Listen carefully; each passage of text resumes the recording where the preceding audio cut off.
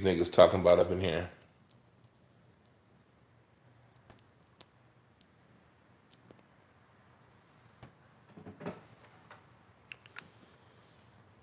What you niggas talking about?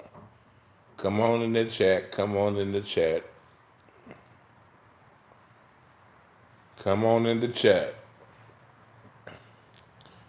We about to talk some shit. Live Q&A up in this motherfucker.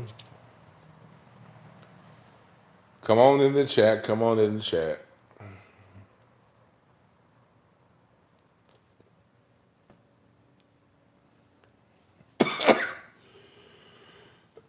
Who up in here?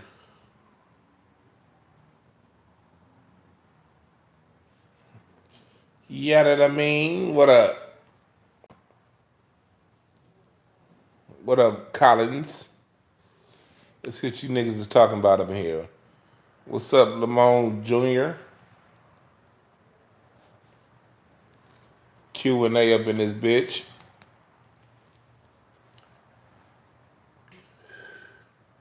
Hell yeah, I'm burning Dr. Sinister. This is a gumbo. You know when you roll up like all the joints you've had the last week? What's up, Boss Queenie? Appreciate you for joining. You know when you have like a whole bunch of joints in your ashtray and you break them down and make a super joint? That's what this is. This is like 2 or 3 weeks of joints. I got a little more up in here. Broken down joints. Weed gumbo. Probably like 20 different strands up in this bitch.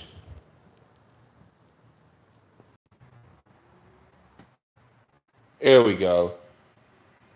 Well, my bad. I got a bad connection up in this bitch. I don't have no Wi-Fi up in this motherfucker, so I'm just on on my iPad on the cellular service. So it's kind of in and out in this garage sometimes. But yeah, don't look. Men are mad at Serena because we all love the way Serena used to look. We love natural Serena. When she used to be out there playing tennis with that big ass bouncing up and down the Australian Open, niggas was watching because she was naturally pretty and naturally gifted. If she was ugly, we would have watched because she was so dope at tennis. You know what I mean? But Serena, niggas watch Serena because not only was she dope, but Serena was beautiful. Venus, now, on the other hand, Venus has a look on her face like she's smelling spoiled collard greens. You know that when you open up the refrigerator a couple weeks after Thanksgiving and them collard greens gone bad and it's kind of like, that's how Venus Williams looked. But Serena, on the other hand, she was beautiful. Serena was beautiful. And she had that big old ass. It'd be like boom, boom, boom, boom, boom, bouncing up and down that tennis court. I just love seeing her at the French Open, sliding around that court. Slide, booty bounce. Slide, booty bounce. Now, Serena looking like the dog. Remember on the Never Ending Story? Serena looking like that big ass dog on the Never Ending Story.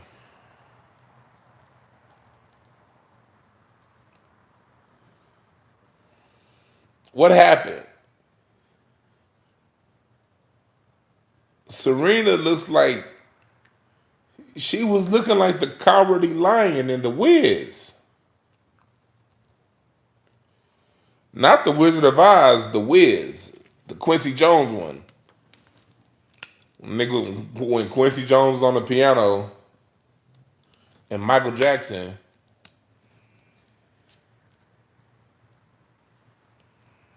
Ladies, black women, don't let this media get in y'all head. Black men love the way y'all look naturally. We love y'all hair. We love y'all bodies. Y'all don't need none of that shit. Don't let these motherfuckers tell you you need any injection, you need any nip and tuck. Fuck all that.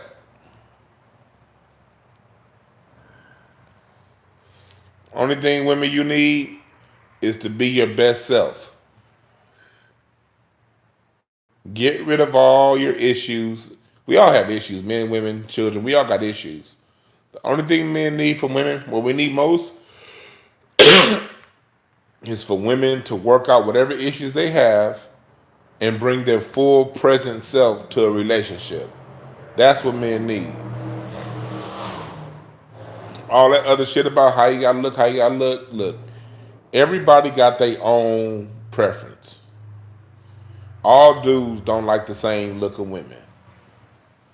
Niggas will lie and be like, okay, yeah, give me a size 4 chick with long hair and a slender waist. And then you see them, they end up with a chick that look like Jamie Foxx. Niggas be lying all that shit about. Ladies, you just need to be the best self you can be.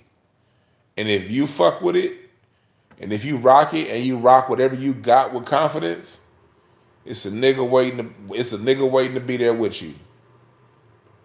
You ain't gotta do all that Serena Williams shit. I hate seeing my black women go through that.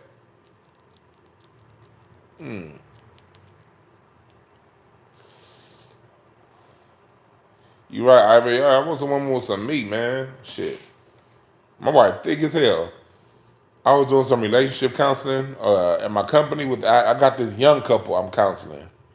I was counseling, and I was telling them about Sunday's my 7-year anniversary with my wife, and I was telling them how, I've been knowing my wife since I was in the 7th grade. I met her in 1994.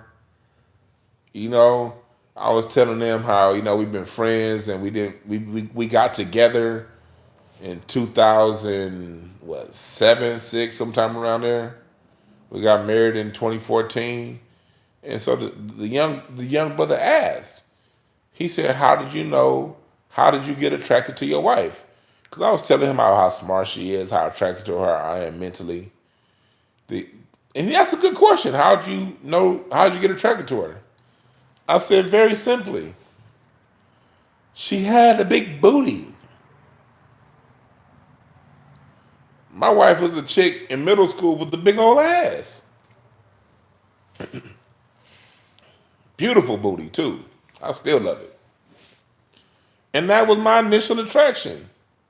My initial attraction was that big old ass my wife had. Round. Beautiful. And from there, I found out she was smart and all the other shit. But some people want a skinny, like, thimble, like little, like they want an ink pen shaped chick. And I don't want that. But if you listen to a lot of these relationship gurus and stuff, they tell women they gotta look like, an ink pen. And I'm good. And I don't say nothing wrong with it. I think women are beautiful in all sizes, depending on how you rock it. It comes down to how you rock whatever you do. I think one of the most beautiful women on earth is my homegirl, my friend, Kamira White. She's beautiful. Y'all seen her on this show. Kamira White, she has her show on All Dev Digital, On These Hoes.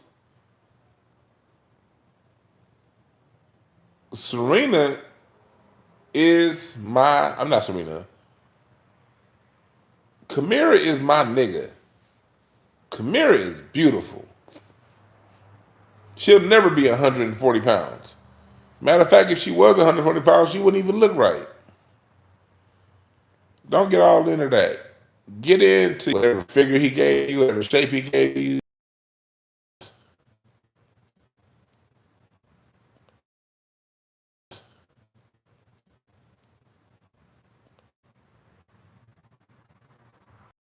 I was just talking to somebody about that recently.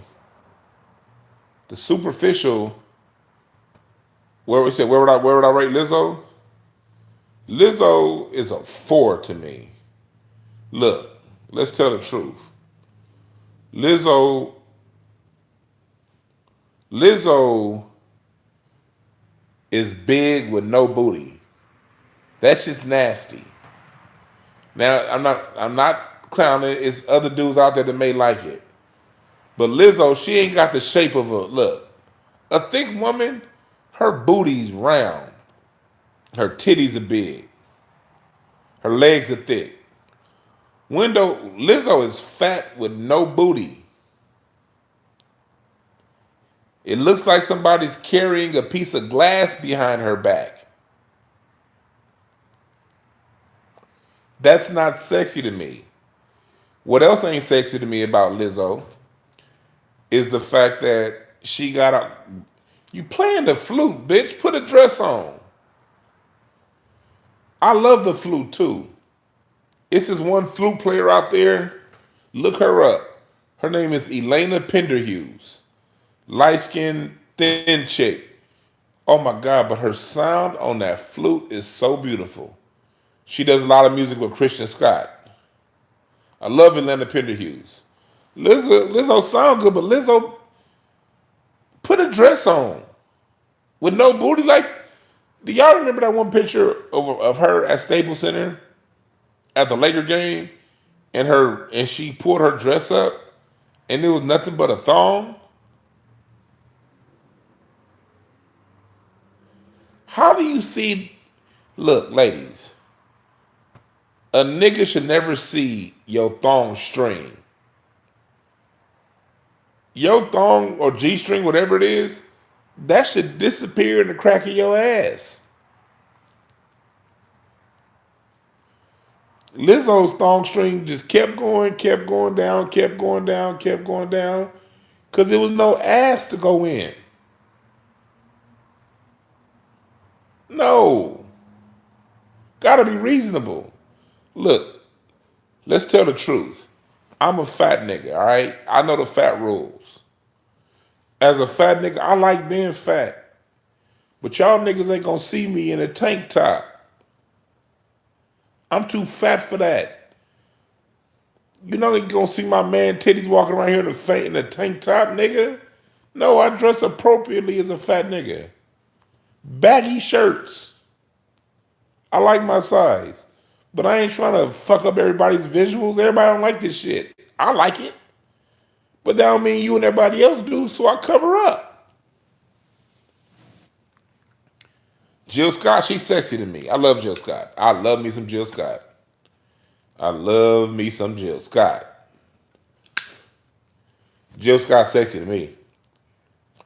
That picture that got leaked where her phone got hacked and then she had like her titties out, that shit was goddamn beautiful. I love me some Jill Scott. That's thick and beautiful, Jill Scott. But Lizzo is shaped like a stack of tires. Lizzo is shaped like Nate Newton, former Dallas Cowboy offensive lineman.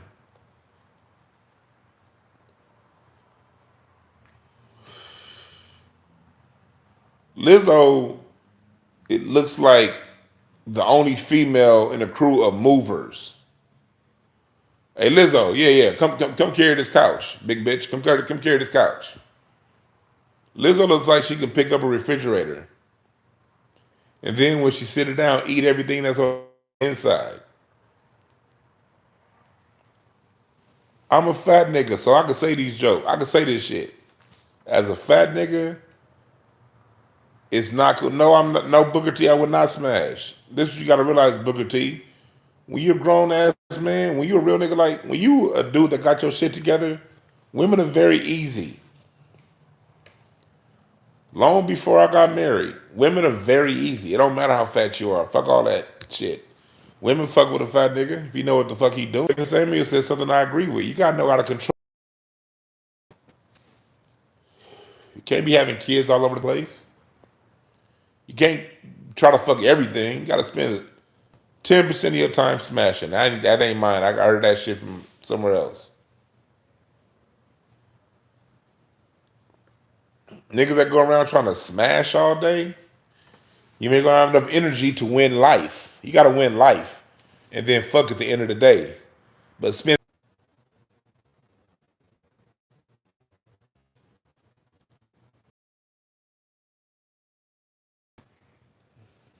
Look, at least Gabby Sidibe, I mean, at least Lizzo has a somewhat of a cute face when she put makeup on. I've never seen an attractive picture of Gabby Sidibe. All right? Gabby Sidibe looks like a fat AC Green.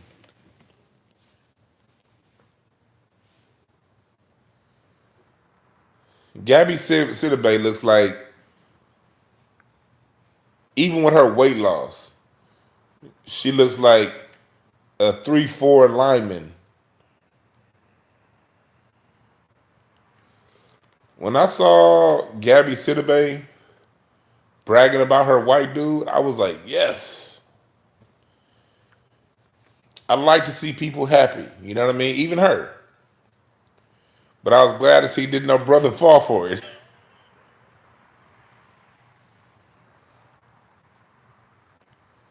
But back to Jill Scott. Jill Scott has the problem a lot of women have. And I love Jill Scott. I told you Jill Scott beautiful, but it's the reason why Jill Scott has stayed single. Jill Scott, you can tell through her music, she thinks the way to keep a man is through fucking and food. Now that, don't get me wrong, that's a great start. Ooh, that's a great start. It's great to fuck and be able to fuck real good. And it's great for a chick to be able to cook. Those are all great things. But those ain't the only things that'll keep a nigga around. You first gotta know how to calm the fuck down. Not try to control every goddamn thing. I'm not saying Jill Scott is like that, but the fact that she stays single mean that niggas be like, something about it ain't right. For you to cook that good and fuck that good and look that good, not be able to keep nobody, something missing. Jill Scott over Andy Stone, music and looks. Yeah.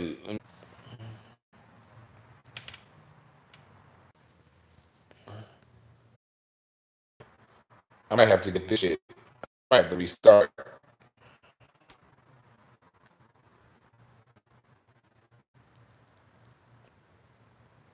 Damn, this shit tripping. Come on, internet. Damn. 50 people don't let the chat. 60. God damn. This internet tripping like a motherfucker. Damn. It was some good questions I had in there before it went out. What's up, Emmanuel Heath?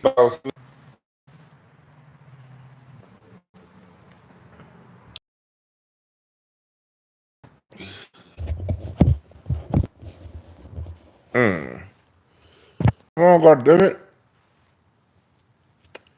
Shit. Are we back on? If this shit go out again, I'm gonna get off and come back on.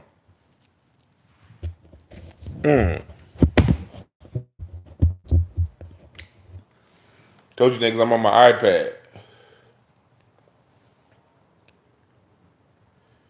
No, look, Lori's weak. I dig that she owns her fatness too, but no, it's a difference, BG. It's a difference between owning your fatness and crying for attention. Look, let me tell y'all a rule of life. A rule of life is this: confidence is quiet. If you hear somebody yapping about it all day, they may not be as confident about it as they appear. It might be a defense.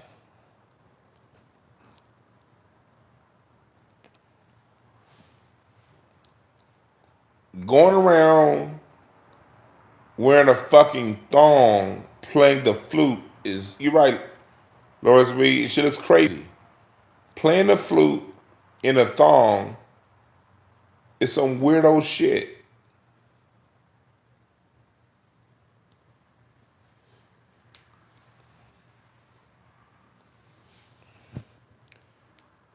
Somebody said don't make fun of black queens. In jest.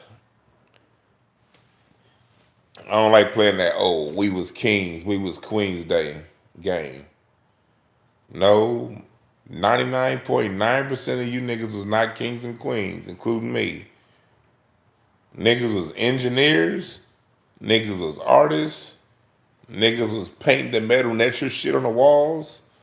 Niggas was rapping mummies. Niggas was in building pyramids. We were work crew. Niggas was janitors. Only a handful of families were kings and queens.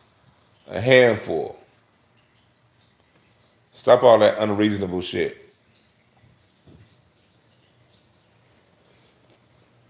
Black woman queen, we're all gods having a human experience. Man, woman, and child. People forget about the children. The children are little gods too. The children are gods too, not just the adults. I think we forget that. The children are gods too. How I feel about Jay Dilla? I love Jay Dilla. He gets his respect. Most of his respect came after he died, but he gets his respect. I like TDE too. Oh, you from Niagara Falls? This nigga done hopped his ass in the barrel and rolled down to Niagara Falls 3 different times in a stunt. Niggas really be doing that shit. Getting them back in the set, back in the old days, cats used to get in barrels. I think they still do that shit. They'll get in the barrel and see if they can go over Niagara Falls. I want to go there one day. I want to go to Niagara Falls. That shit look dope. The energy of all that water falling at one time, that shit gotta feel amazing.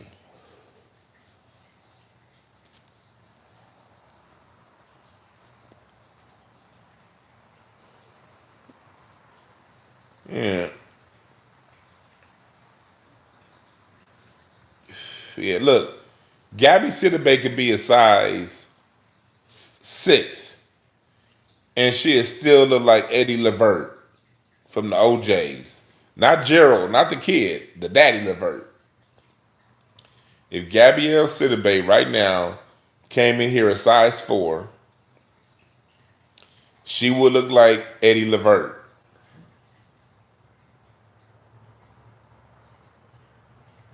Climbing the stairway to heaven. Here we go. Walking the road of ecstasy.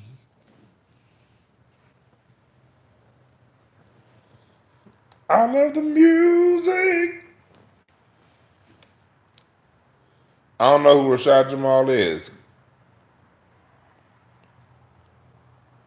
Gabby Sidibe, no. Why y'all bringing up Gabby Sidibe? Why the fuck? Y'all funny in this chat room. Why is Gabby Sidibe the conversation?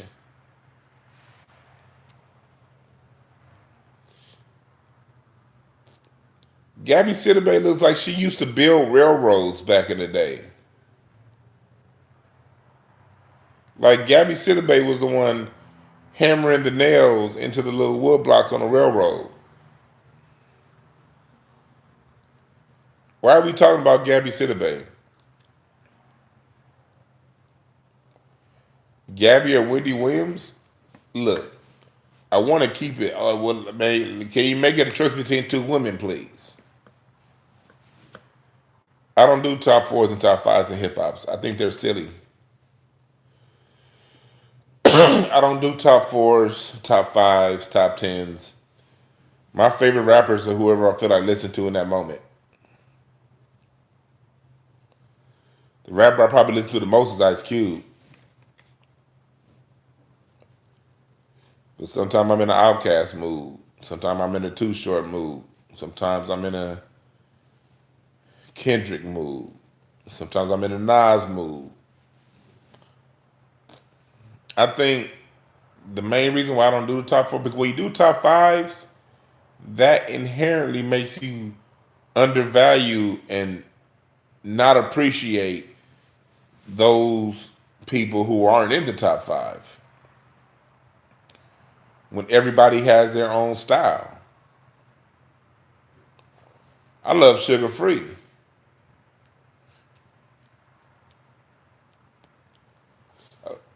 Smoking on my weed gumbo.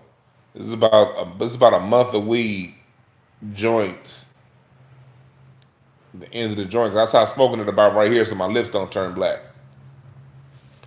This is about a month of weed put in together. That's what I'm smoking on.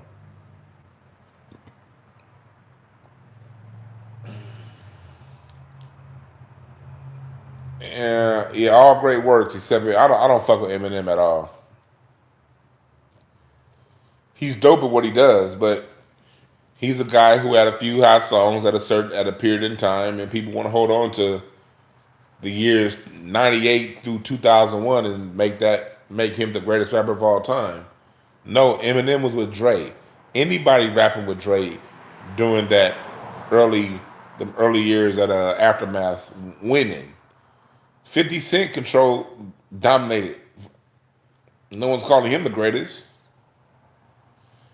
They only call Eminem the greatest because when a white boy does average in a black field of competition, Negroes like to elevate that white boy above everybody.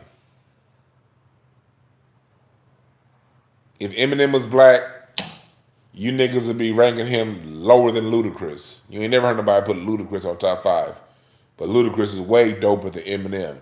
Way doper. And I don't even like Ludacris music like that. But I understand talent when I hear it. Black Thought is way doper than Eminem. Here's what I want to say. And I'm going to get off the Eminem train because I don't like talking about this sucker. But here's what I got to say about Eminem. If Eminem was as dope as you people say he was, why ain't he still popping? I mean, when I say still popping, I mean the last 15 years. Because anytime he releases a song, Eminem gets mainstream access. Look, this is how the music industry works. The people who get the chart-topping hits are the people who have the labels and the money to push it. Do you know, in order to hit number one in today's radio, you gotta have you gotta have a budget of at least 200 grand a month. This isn't me guesstimating this. This is me knowing. Matter of fact, I was in the studio playing the drums this past Wednesday having this conversation. You need about 200 racks per month for about three or 4 months in a row in order to get your song to number one and keep it up there. You got to pay off DJs. You got to pay Sinclair Media, who owns most of these fucking radio stations. You got to pay Radio 1. You got to pay all these different stations. And then you got to pay these streaming platforms around the world to put your shit up. The best song doesn't go to number one anymore. It's the people who got the money to push it. And then just after that, it's the people who got the fan bases and the followings. The people with, 10 million Twitter followers or whatever. If Eminem was dope, although his songs may chart at a certain number, you don't hear nobody talking about Eminem's music 6 weeks after it was released. Now, am I lying? You tell me if I'm lying. Eminem should have come out hot because he has an industry to back it and push it and pay off people to play his records. But the minute that dies down and they're not paying to play his music, does anyone listen to Eminem? Yet, at the same time, you got half of Negro America want to put him in the top 10 because he had a couple dope albums with Dr. Dre during the time when everybody had a dope album with Dr. Dre.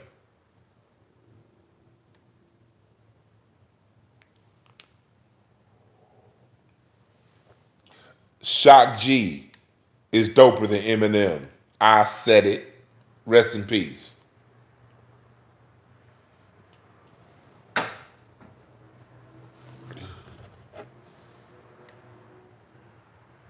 I appreciate that, William. Yeah, I had to go in on Eminem. Because people like to just say what's popular about him. Eminem gets the same, he gets all the press in the world, but he can't make a song that's going to stick to your ribs for the life of him. A great artist is going to play some music that's going to stick to you. You hear that shit 20 years from now, it's still going to make you feel good and make you feel the way you felt when you first was listening to it. That's great art. Yeah, Wayne Peacock Shock G. The Humpty Dance, 30 years later, goes harder right now in 2021 than anything Eminem released in 2000. The Humpty Dance is 30 years old now, 31 years old.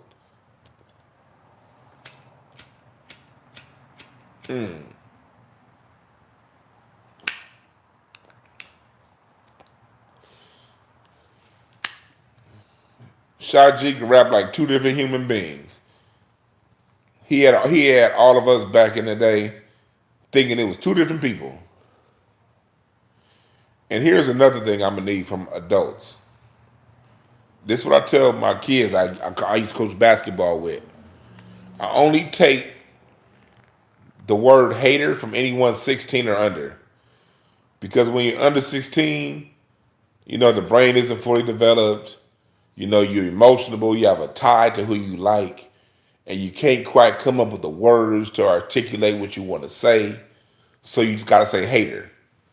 That's fine when you're 16, maybe 17. But when you become an adult, if you have an issue with what someone is saying, you bring up the issue and you counteract whatever thing that person said that you have an issue with a fact of your own to mute the point the other person's making. No, you're wrong because of A, B, C. That's how you come at somebody who you disagree with. But if that person is saying some things, if I'm over here asking you guys, name the last Eminem song that stuck to your ribs, and no one can come up with one, is that hate or is it just an observation?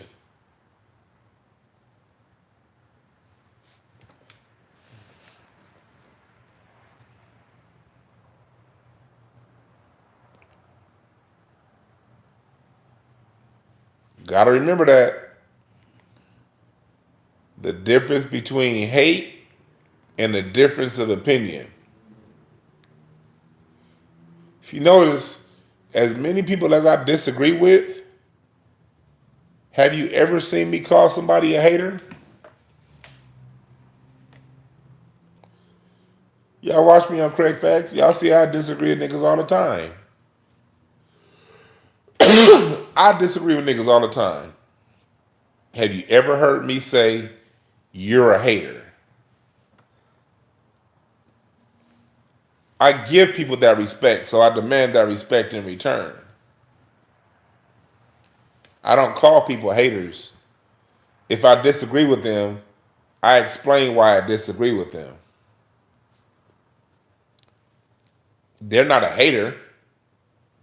They just somebody I don't agree with. Ain't nothing wrong with that. I ain't always right shit. Me and that nigga Craig disagree on a lot of shit. So,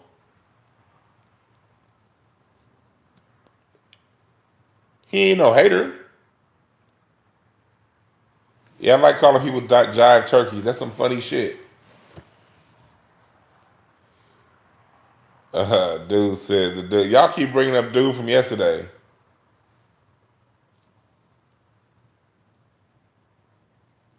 This ain't a blanket. This is a body pillow.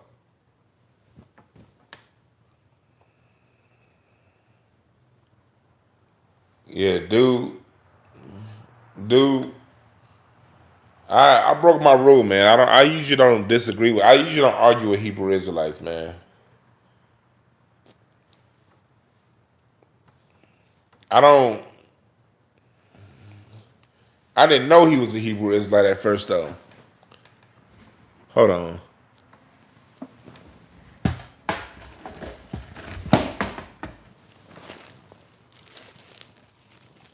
This is gonna be on tomorrow. I'll see.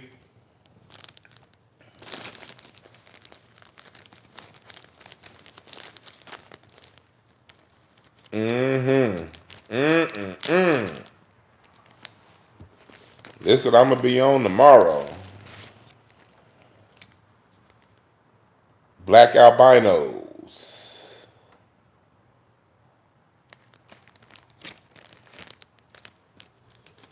Hell yeah, I got a whole ounce of this shit.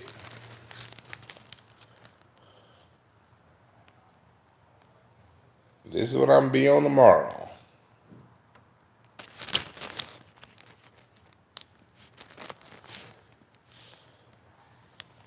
Yeah, what's up, Infamous Kim? Peace, everybody. Yeah, I'm be on them shows tough. I'm gonna be at the beach all day tomorrow too. Yep. I'm gonna be at the beach tomorrow too. Going up to Malibu. I'm gonna be sitting in Malibu on the beach with my sunglasses on. Gone.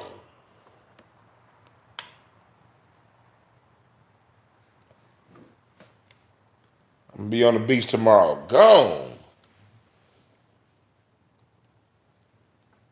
Yeah.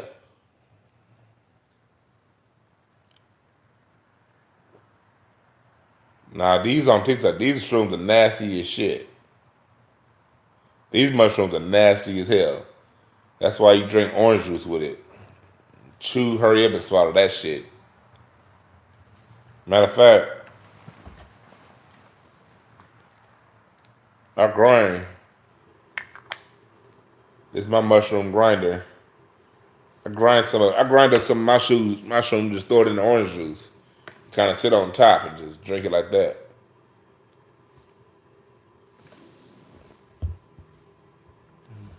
Yep. I am going to be in Malibu tomorrow, shroomed out.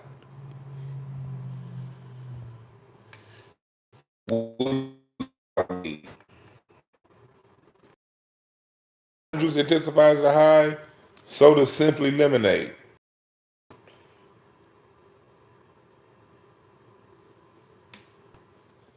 Either make some fresh squeezed lemonade or get some Simply Lemonade.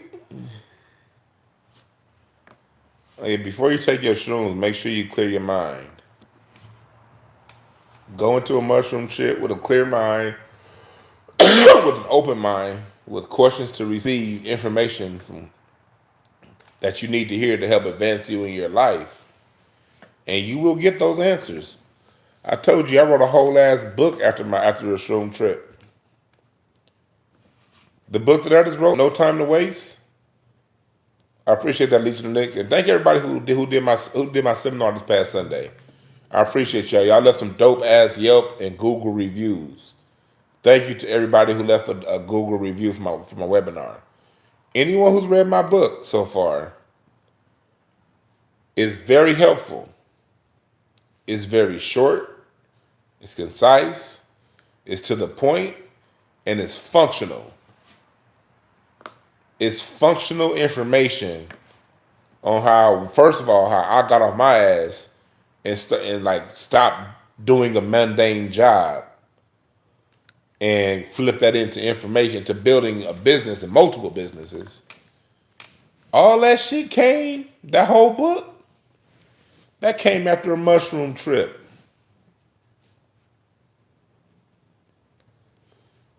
I didn't think I could write no fucking book.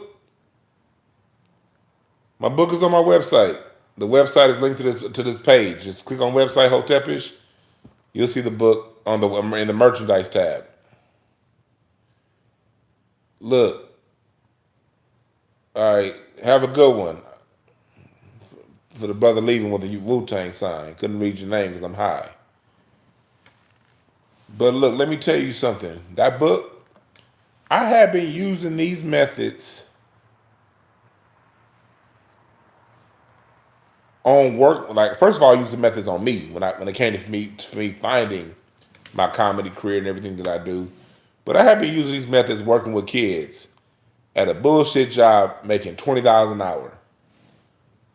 Yeah, I was making bullshit $20 an hour at my last job. Now I had other hustles, so I wasn't dependent upon that check, thank God. I had talent that made me other money. But I had been using these methods at that job, but I was so mentally fucked up from that job. That job, man, I ended up, nigga, going on disability and not going back. That's how fucked up that job had my head. I won't think about writing no goddamn book on that shit. I had to go to, look, this is what you niggas don't understand. And why I don't play with this information game. This is the reason, let me tell y'all something, the peek behind me and who I really am. Because y'all get me, I'm very honest on the show. I don't hide. Y'all know me pretty well. I don't hide myself from people. There's nothing to hide. Remember that in life, people. There's nothing to hide. People see you anyway, so don't hide it. But you gotta live your life with integrity. It don't mean you don't fuck up. It just mean that when you do fuck up, you apologize, make it right, and keep pushing. You dig? But at my last job, I went out on mental disability because I used to deal with so much shit. One time I had to see a mom. I'm over here reunifying a family. This is one story from my last job. I'm reunifying a family. This child had been in foster care for like 5 years. He was like 12.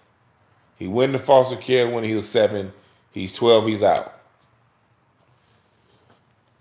I'm in there doing services with my company I used to be with. He and mom kept getting in fights. So one day I got called over. It's a Friday afternoon.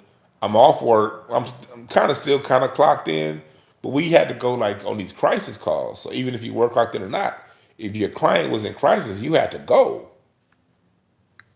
So this client, we in Watts, right across the street from Killer King Drew Medical Center.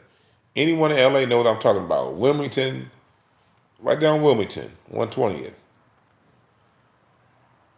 This kid picked up a bat and is about to beat his mama's ass. I come in, stop all the shit. Then the police come later on. That's one thing about the fuck the police. The police were there before me, and I was the one that got the bat out that kid's hand. And when the police walked in and the fire department walked in, that mom told that boy, "That's why I don't fuck with you. That's why I sent you to foster care, and that's why I'm sending your little bitch ass back to foster care." And that kid cried in my arms.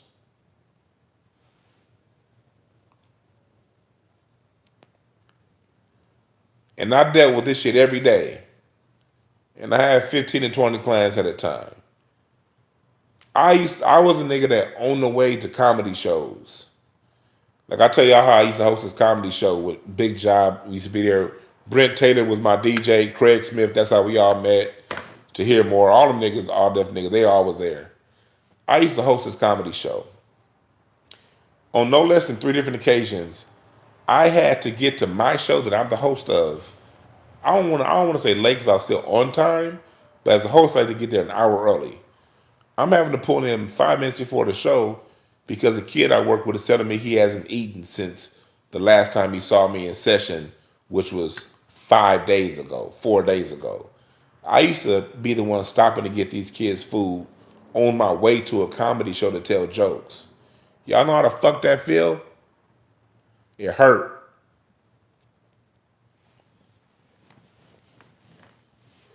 No matter what kind of a side a nigga could put on. I'm a performer, so I can, look, I did 2 shows the night my grandmother died. I know how to get in gear to do my job. I love my grandmother to death. Me and her so close. Got an altar to her right here. I performed 2 shows the night she died. So I know how to put it on. But it don't stop a nigga from hurting on the inside. Just because a nigga put on a good face to put on a good performance and make niggas laugh, don't mean he ain't hurting in the inside. So I had years and years and years of this trauma. And that's why I pushed therapy so hard. Because I had to go through therapy. I had to go through it.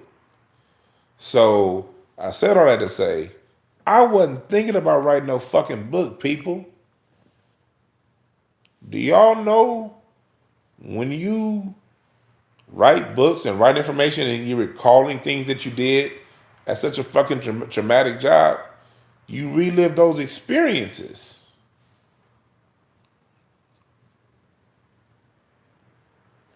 So I wasn't trying to write no fucking book, people. I had gone through therapy and I had gone through so much trauma. That shit hurt. But after a shroom trip, that was the first time in my life I was ever able to forgive those experiences and let them go.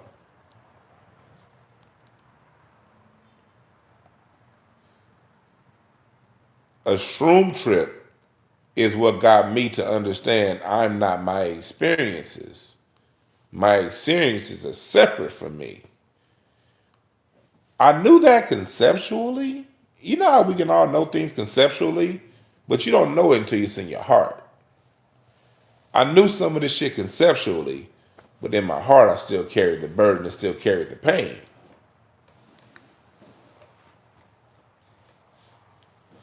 It was the mushrooms that helped me let that go. Mind you, I had already had 2 different therapists. One therapist I went on off and on. I went to her for 2 years and then again for 1 year. And the other therapist in between there, I went to going to her for 3 years. And don't get me wrong, all that therapy helped. It helped a lot. It really did. I'm not discounting therapy. I would say do therapy. But I was still not able to totally let that shit go until the shrooms hit. And then after the shrooms hit, I was able to be an alchemist and flip that shit into a book.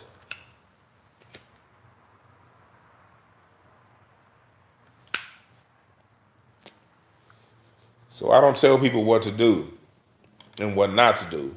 You got to follow your own consciousness.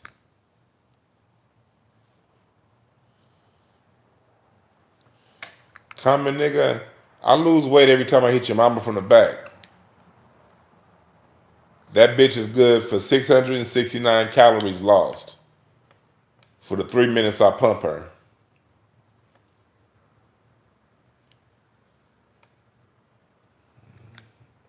Y'all niggas still talking about rap battles. See, that's why I don't get into the ranking and battling, man. I don't battle. It's different. Different rappers, different styles, translate different. Like, look, you know me, I'm a jazz fan. I got Miles Davis right here.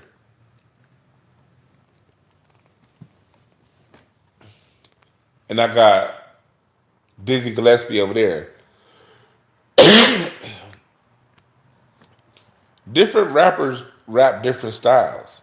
Some rappers like an Andre 3000, he's very percussive like a Congo drum. Then you have people that are more melodic, like a saxophone. You have other rappers that are more punchy, like a trumpet. The truth is, all forms are good. They're just different ways of communicating a message. So arguing over each person's style on who's better and who would smoke who, that's a relative conversation.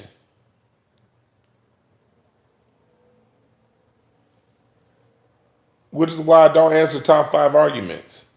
Because they come into a fight. They always devolve into a fight. And the way I see music, music isn't to be fought over. Music is to be understood. It's messages in music. And every person listening to that song is going to receive a different message, specially tailored to what they need to hear in their consciousness. So why argue? I just like trolling Eminem fans. Eminem fans are I like trolling Jay-Z fans and Eminem fans because Jay-Z fans and Eminem fans are the most obnoxious. So me personally, I have a really good time talking shit to them because they get so emotional. Same thing with LeBron James fans. They just get so emotional. It's just fun to troll them motherfuckers. Hardcore Obama supporters, they all the same people. People that are hardcore vote that Obama can't do no wrong ass niggas. Jay-Z, Eminem's top 5. These is follow the program niggas. So I have a good time ruffling their feathers. That's just me being an asshole. But I actually have no issues with the people, and I'm never going to disrespect Jay-Z's talent. He's very talented. But when I hear Jay-Z quoting, because I'm a music fan, not just hip-hop. When I hear Jay-Z quoting everybody else, see, hip-hop fans only know him from quoting Biggie. What's up, Remy? What's up, Star? Star is a special person, dope person. What's up, Todd? See, we argue over all these different musicians, and they all got their own different message. But Jay-Z, he takes too many lines from too many other songs. Like, let me tell you something. As an artist, the foundation for inspiration is the motivation. That's not my line. That's Parliament. George Clinton said that. The foundation for inspiration is the motivation. Mothership Connection. No, that's on the Placebo Syndrome album. When Jay-Z takes your hook, your whole line, writing about the rest of that shit's easy. The hard part is the catch. What's gonna be the catch to the song? Or as a comedian to the joke? What's gonna be that catchy line, that catchy thing I say that's gonna make everything else that I say make sense? Being creative is easy. But finding that catchy hook, yeah, Funk Teleshi, that album, Funkin' Telehi versus the Placebo Syndrome, that song. The foundation for inspiration is the motivation. But the hardest part as a creative is that catchy nucleus hook. So on Excuse Me Miss, what's your name? Can I come? Basically, that's Luther Vandross. And then if you listen to the song Excuse Me Miss, it ain't nothing but a remixed version of I Want to Know Your Name by the Intruders. On that song, I Want to Know Your Name by the Intruders, the whole song, he's saying, and he's singing all these things what he wants to know, but first he don't even know her name. So when Jay-Z comes back, but first please tell me what's your name? I'm like, oh, this nigga just rapped over the Intruders, I Want to Know Your Name. When you listen to I Add a Motherfucker So You Ignorant Niggas Can Hear Me, Lauryn Hill said that, man. So me personally, what I value true creative people who are creative from the top to the bottom.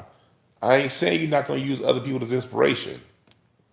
We all get inspired by other stuff. I'm not saying that. But the people who take their inspiration and they come up with that catchy thing organically, I prefer that over someone like a Jay-Z who's just going to take what you said that already worked. He's going to get Kanye or Just Blaze or somebody to come up with a beat that's already worked. So you have a beat that's already worked. What's up, Cedrick Williams?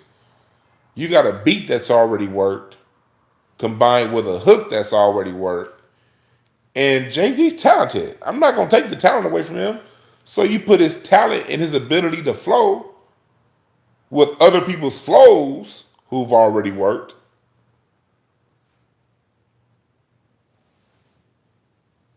Big L, you said it. You take Jay-Z's formula is a hook that's already worked, wrapped over a beat that's already worked, with somebody's style he's imitating for that particular song, and then you add his ability to really flow. He is a wordsmith, but you add his talent on top of all that, guaranteed hits.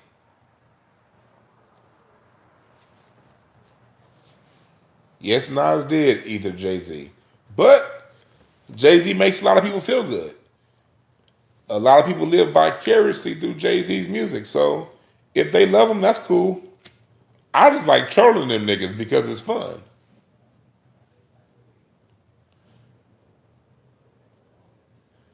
No, nothing is original under the sun. But also, the sun's energy is used to take. Remember, Earth and Fire says, sounds never dissipate. They only recreate in another place and time. Meaning, you take the inspiration of what you heard and you recreate it into something of your own. That's different from taking exactly what someone said, exactly how they said it, over a beat that someone exactly playing the beat exactly how they played it. Over somebody's flow he stole, flowing exactly how they would have flown. That's different than taking something you were inspired by and recreating it into your own. Let's take it back to school. Remember when you were in school and you were learning how to write an essay and you were learning how to write? What did your English teacher tell you to do when you were writing your essay? When you would do your book report, before you got to learn how to write the essay, you had to what? Learn how to rewrite a sentence. You had to learn how to rewrite a sentence in your own words, meaning the teacher will put a sentence on the board. Today is Tuesday. Now you have to rewrite that in your own words. You can add words, but you got to keep the sentiment. So your way would be, instead of writing, today is Tuesday, March 23rd, you would write, this is a wonderful day, March 23rd, the day that I'm living in, or whatever. You would take what was there, but you would rewrite it in your own words. Remember that part of English class? Wasn't that one of the hardest parts of English class? Look, we were all in school. I know for me, one of the hardest parts in English class was rewriting the sentence.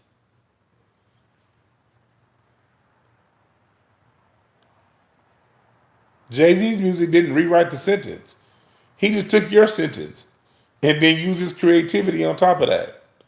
Do you know how far I would go as a comedian if I could use Katt Williams' bitch niggas versus real niggas? When Katt Williams came out with that bitch niggas versus real niggas on the Pimp Chronicles, do you know how many jokes I thought of off of that? If I could just use that hook. But as a comic, I can't. Everyone gonna know that's Katt Williams shit. Even though I created some new punchlines, as a comedian, I can't do that. That's Katt Williams' joke. Now I can take that theme and spend months reworking my own way to say it.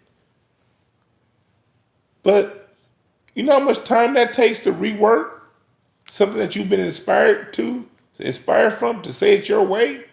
That is the hardest part of the creative process. Once you get the inspiration for the joke, the punchlines are easy. Punchlines are very easy. That's why it's easy to roast niggas, because you're looking at them. They faces the joke. You just can get right to the joke. Everyone see what you see. You just point out something absurd about what you see on either what they wearing, how they talk, how they look, whatever. You point out something absurd about what's already there. The canvas has already been painted. That's why roasting is so easy. But being a stand-up comic is hard.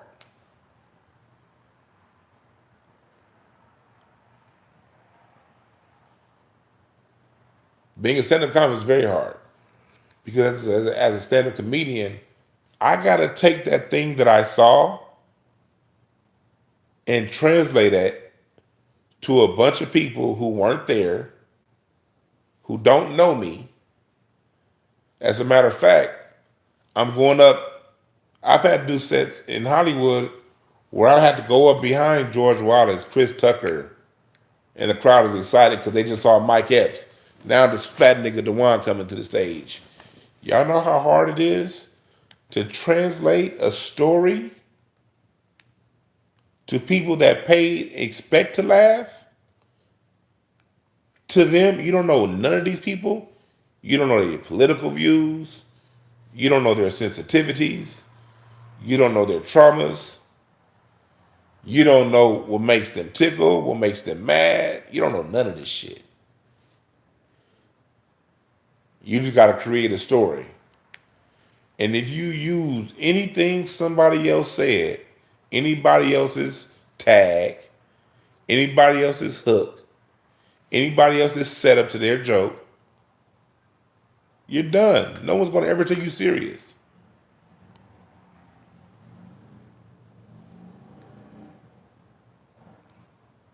I got to control the audience. A bunch of motherfuckers who are drinking, who don't know me, and they're expecting to laugh. It's way different than roasting. Roasting is easy. On a level of 1 to 10, stand-up comedy, roasting is a 1. A comedy is a 10. That's the difference in level of difficulty between just roasting some fat nigga you see and doing stand-up comedy. That's the difference.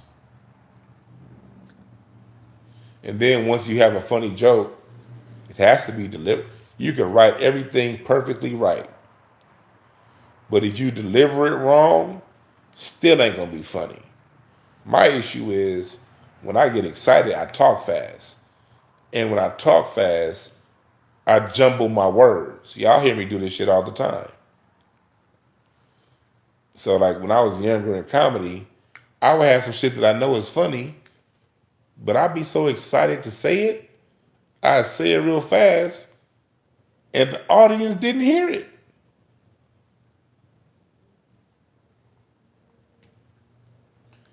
Because I said it, but instead of enunciating it and saying it clearly, I went, and they're like, and you can't rewind and go back. You lost it. A punchline is only funny in that moment. You can't go back and say, well, what I meant to say is Johnny jumped over the wall. It ain't funny no more. That's how precise you got to be as a stand-up comedian. And if you say three bad jokes in a row, the audience is like, get this nigga out of here.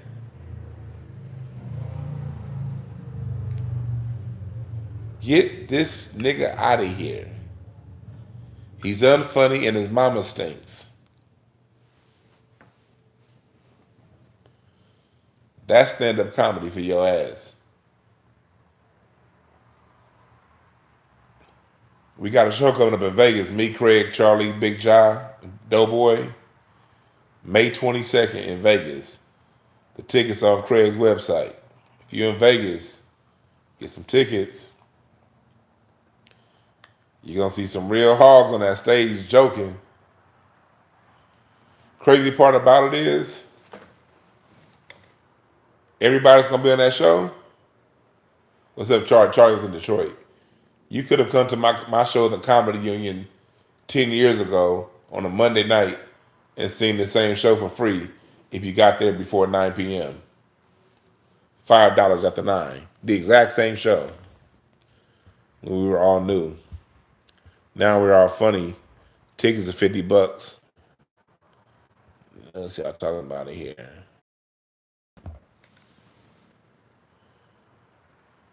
Yeah, come to the show.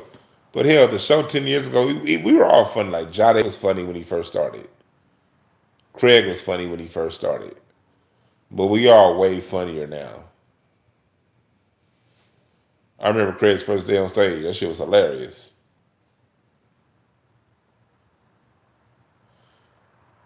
He said we went hard on old dude.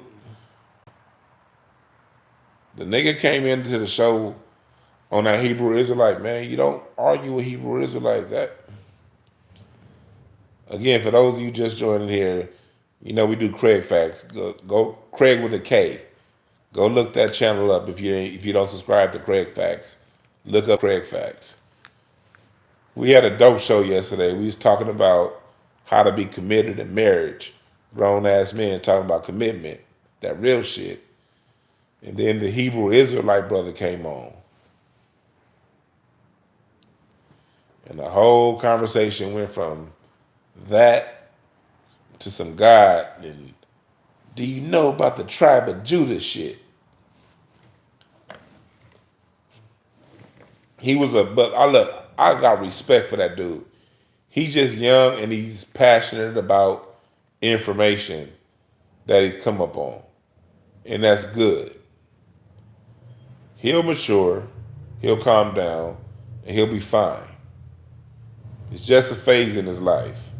I didn't judge him, and I won't judge him.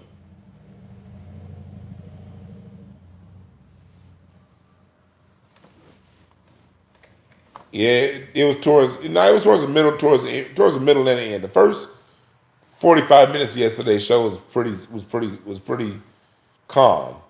But after about 45 minutes in, it got crunk as hell. Oh yeah, the chat was unforgivable. You niggas was wrong.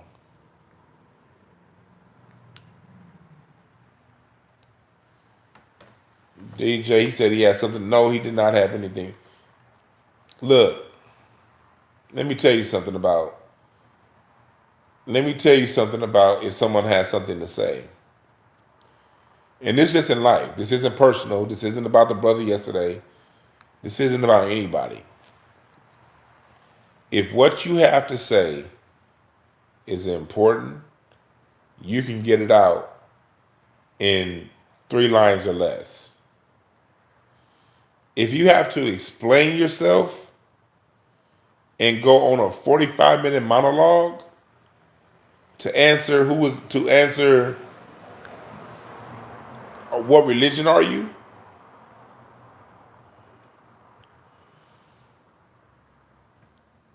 Is it? Is it? I don't need 45 minutes to explain the temperature. Exactly, Dr. Sinister. If you got the right talking, that means you're unsure. If it's humid outside, you could explain that right away. Like if somebody asked me what is spirituality, what is God, my answer would be we're all God's having a human experience. I'm the living manifestation of God and all my ancestors.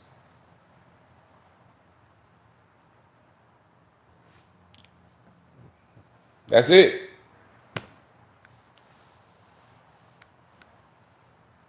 I don't have to tell you, I don't need an hour to tell you my viewpoint on how I see spirituality.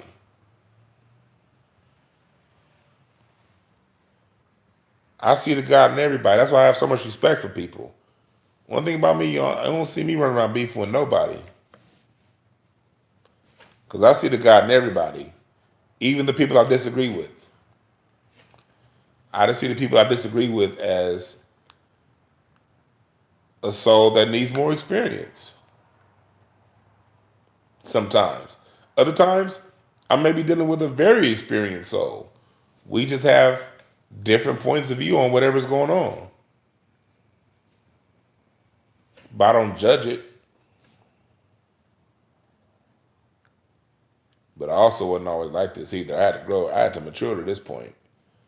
Nigga, I was not always like this. I had to mature to get to this.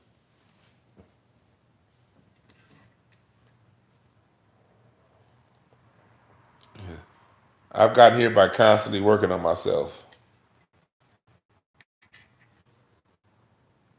And I got a long motherfucking way to go.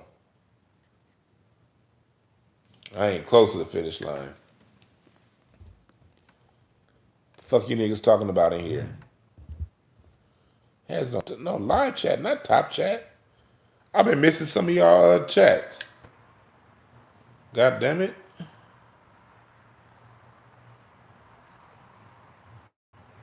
Yeah, people. That's how that shit is, man. I ain't got time to be judging nobody. I don't know shit. But yeah, young boy, he'll understand that.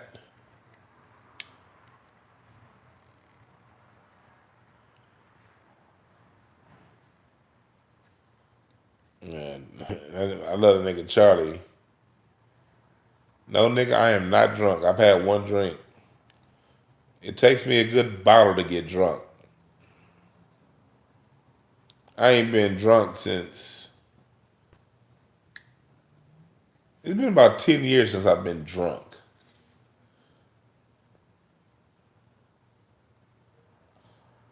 Back when I realized I need to stop drinking as much. I was at somebody's wedding and I drank a whole bottle of Hennessy and I was still talking like this. That's when I realized I was drunk.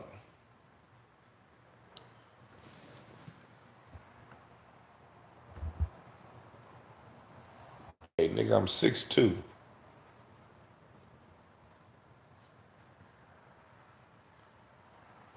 I went to college for this, not to play no fucking basketball or football. I had gotten the chance to play. My old high school coach had coached at my college I went to, and he offered me a partial scholarship to play football. Nope.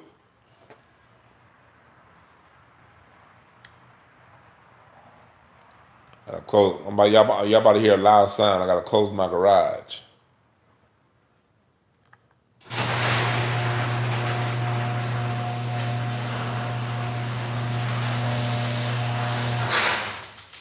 Yeah, I'm over here in Gardena B.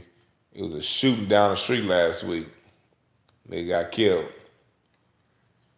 So I'm like, let me close this shit. But I keep this motherfucker on me just in case. You got to keep that on you.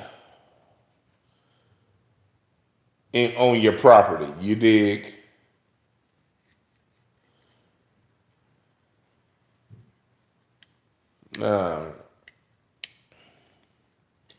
Football was boring. I didn't like football. I'm a basketball nigga. Yeah, I remember James Cleveland Church. Yeah, I remember James Cleveland. I remember the day of his funeral, driving down Slauson and not being able to get by. My grandmama used to listen to James Cleveland. It don't matter if you got high blood, low blood, no blood at all. This too high shall make it pass. That's what I remember about James Cleveland right there. This too will make it pass. My grandmama used to listen to that shit, that tape, all the time in the car.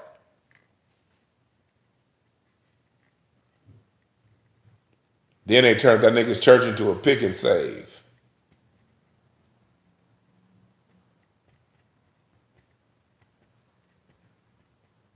That was my shit. James Cleveland, yeah, I remember that. I remember that motherfucker. Yeah, that James Cleveland, man. That motherfucker sing his ass off too. My mom and my aunties just listen to that. And then when they finish listening to James Cleveland, they turn on the Clark sisters. You but the sunshine.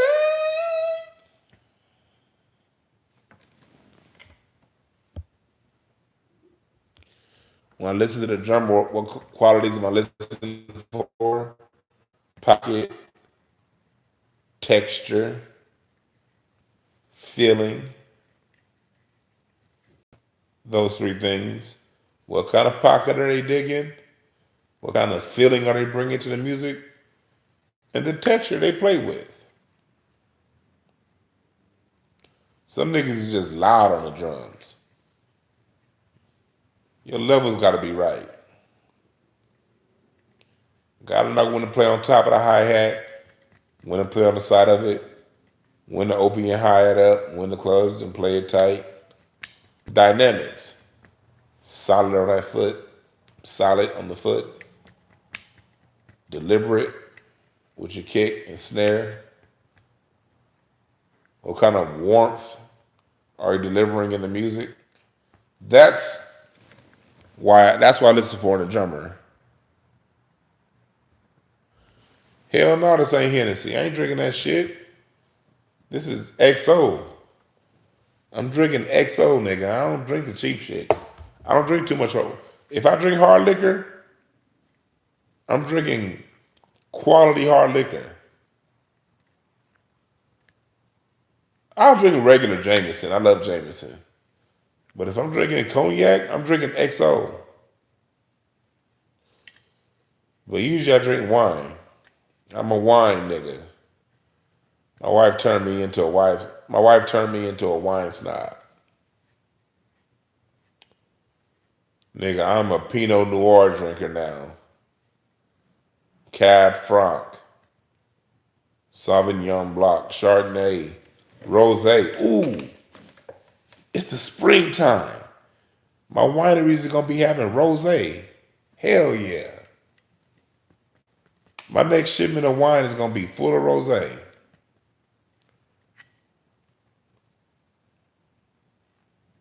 I love wine. Next month, the rosés are gonna be bottled and sent out. Me and the wife, we members of like 8 different wineries. We be having wine shipped to our house all the time. And if one for this fucking coronavirus, we go up to our wine country every 3 months to do pickups. We pick up and get that shit shipped.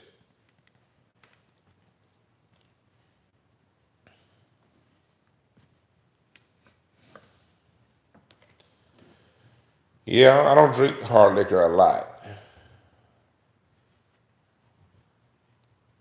Yeah, you get shipments of wine. That's part of being in a wine club.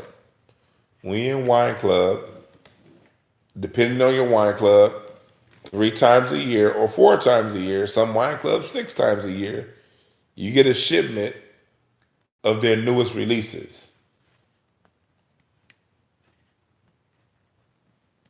So you'll get a shipment in the wintertime of a lot of Pinots and red wines. And in the summertime, it'll be a lot of Chardonnays and white wines getting shipped to you. Rosés. Shipments usually anywhere from 2 to 6 bottles, depending on your budget. Sometimes a whole case, 12 bottles, if you can afford it. Hell yeah, I get my wine shipped to me. Directly from the grower, from the winery. No third party. I drink a lot of fucking wine. What you niggas talking about?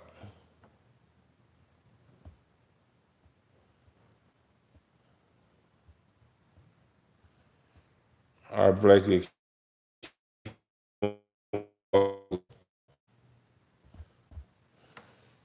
Now I don't really do beer like that. Get into beer. Like I tried. It's a fuck ton of beer. It's a fuck ton of like breweries around my house too. That ass get full. See, that's the only issue with my fatness, man. I don't eat as much as most fat niggas. I wish I could. I drink beer, I can't eat. I be like, man, every other fat nigga I know can drink a beer and have like 12 tacos. Nigga, if I drink a beer, I might have 2 or 3, then I'm done. That's if they do small tacos. So I don't fuck with beer like that. I wish I could eat, man, I wish I could eat like 15 tacos like these fat niggas my size. Wish I could.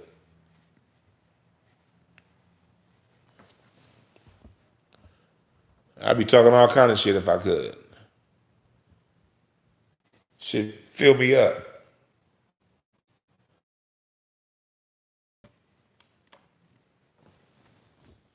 It fills me the fuck up. I like wine. But for right now, I'm drinking that XO. If I drink yak, it's XO.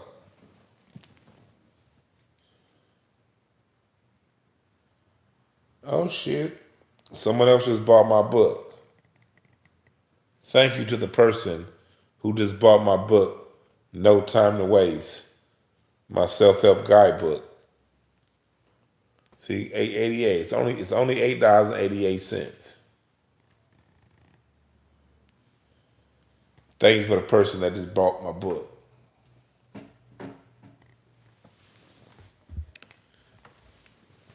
Health is also in the mind. Look, let me tell y'all something. Rest in peace to my man Ray, this cat I used to hoop with. None of us know how this shit work, man. My grandfather, 97 years old, and he eats fat burger. Layla Africa, healthiest man on earth, died at 74. Rest in peace to my man Ray.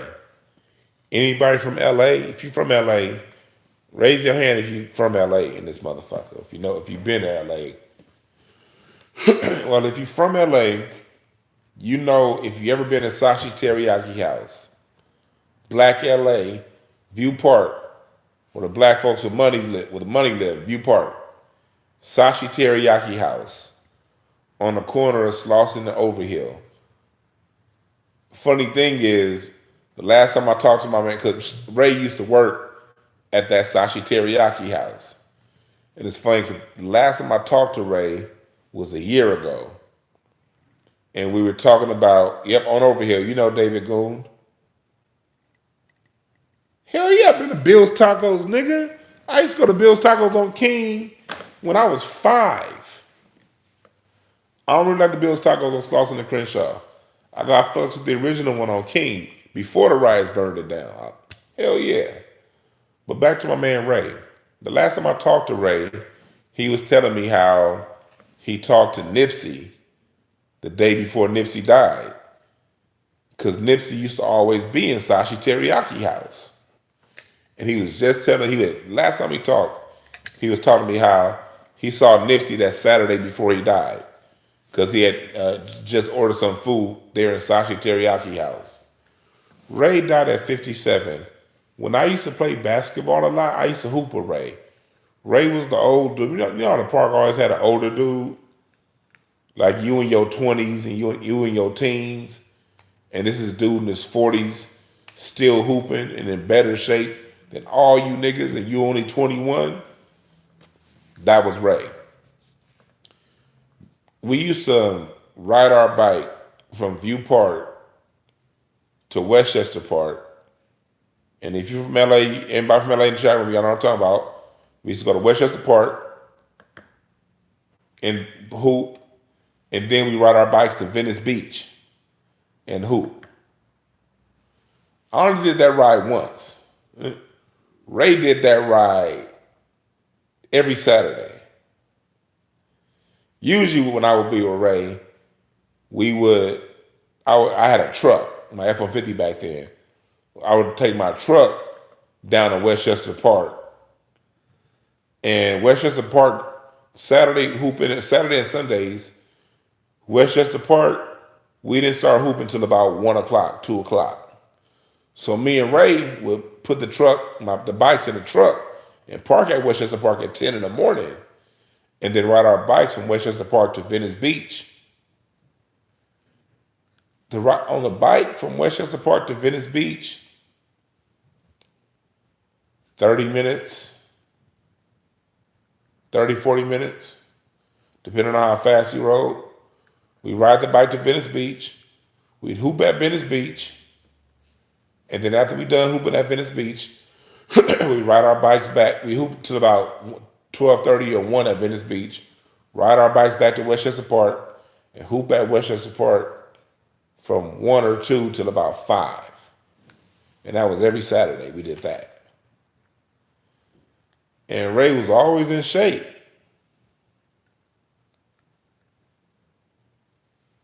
Ate right. He was always conscious of eating right. 57 years old. Out of nowhere. Truth is, none of us know how this shit work. I don't know. We don't know how this shit work. You better live your life to your level of consciousness. Live your life to your level of consciousness. None of us knows how this shit work. Another man, rest in peace, K. Will. K. Will is the reason why me and Freeze Love is so cool. About 5 years ago, Freeze had a show, and it's funny, it's at the same theater me and Craig use right now to do a comedy show on Sundays. Freeze Love had a show, and K. Will was the promoter of the show. I kind of knew Freeze, but I knew the promoter. So I hit up the promoter. I'm like, hey man, let me get down on that show with Freeze. And he was like, come on through. Put me up on stage. Me and Freeze, even though we would see, Freeze was always on the road with Charlie Murphy, so I didn't really know him like that. I just would see him when he had been in LA for a little bit. That's when me and Freeze Love got real cool, because I ended up doing the show with Freeze, ended up becoming part of the crew, and we did that show together for 6 months. Kevin Williams. He was a very health conscious brother also. Good dude. He had issues. He had to go to the hospital. Was in the hospital for 3 days, came out, and 3 hours after they released him, he passed out, hit his head on the tub, and from the impact of him hitting his head on the tub, he died. In his 50s. And I'm the person that had to call Freeze and let Freeze know. That was a hard conversation to have, because he's the reason why me and Freeze Love is so cool. And me and Freeze at least 2 or 3 times a year got to hook up and just smoke one together and just talk about life. Ever since then, Freeze, if he's down my way, he'll hit me up and he'll come in the same garage, sit on the same futon, and we just talk for like 3 or 4 hours about life. Same with him. I go up to his spot. But K. Will is the reason why me and him are so cool. He's died. We don't know how this shit work in life. That's why I firmly believe you can't live a life in judgment of others, and you cannot live a life in self-conflict. You have to understand your consciousness, get in touch with your consciousness, and live your truth.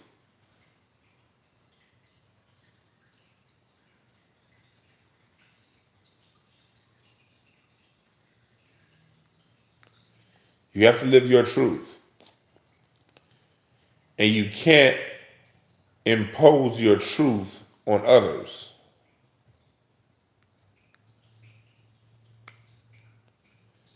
You cannot impose your truth on other people, because your truth works for you. And me personally, when I see dudes too self-conscious of my way, my next thought is, nigga, is you gay? No disrespect to gay people, but if you are gay, I don't go that way, homie. Looking at another man that long, I'm not doing that. Man, all niggas is ugly to me. I don't give a fuck what none of you niggas do with y'all life. I really don't. You a man.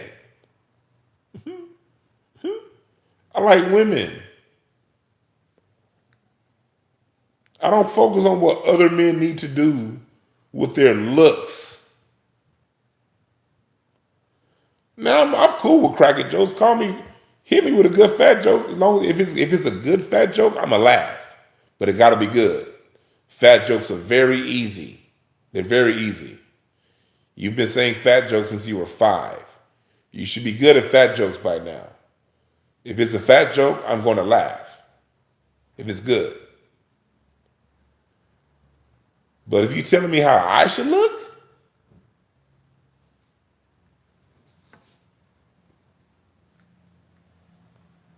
okay.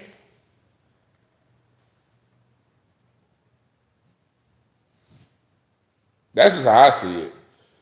That's why I never get offended. That's why it doesn't bother me to hear what other people have to say. Because when other people get to tell you what you should do with your life, what that is a projection of insecurity. When people don't have what they have going on in their life the way it needs to be going, they, instead of addressing what they need to address, they go at you. That's why you should never take other people's opinions of you serious. People project their insecurity. People secure within themselves don't have anything to tell you about how you should look. That's not the ideology, the thought process of an internally secure person. Why am I bringing up a person being insecure? Not to judge them. I used to be very insecure. I'm not here to judge insecure people. Insecure people are on the journey to security. The reason why I'm bringing this up is when people tell you information, yes, there are no perfect messengers, only perfect messages. But oftentimes we get messages that sound good, but then when you sit down and analyze them, you kind of be like, something a little fishy about this.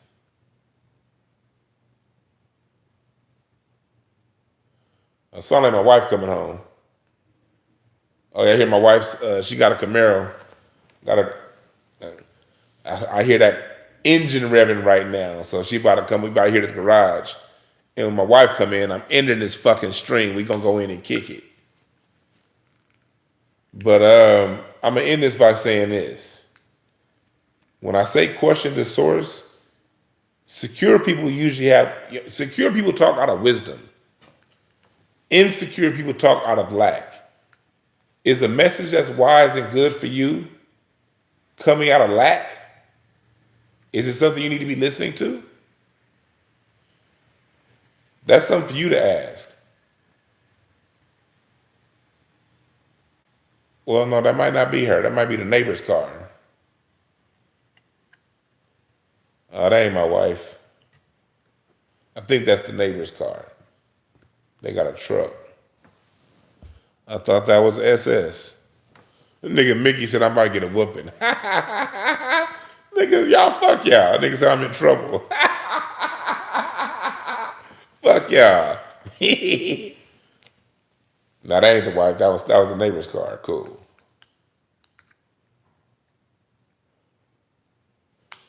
Fuck you, nigga said I'm in trouble. Nah, y'all know I ain't that. Y'all don't understand, man. My wife, my best friend, we really kick it. I love kicking it with that woman. When my wife come home, I be happy as hell. That's why when you choose a partner, choose a mate, you better marry a friend.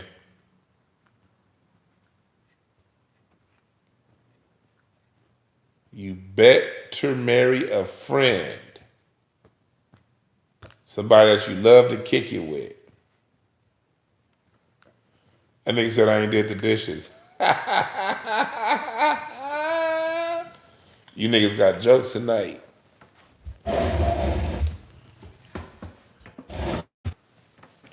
I hate electric drum sets. I like.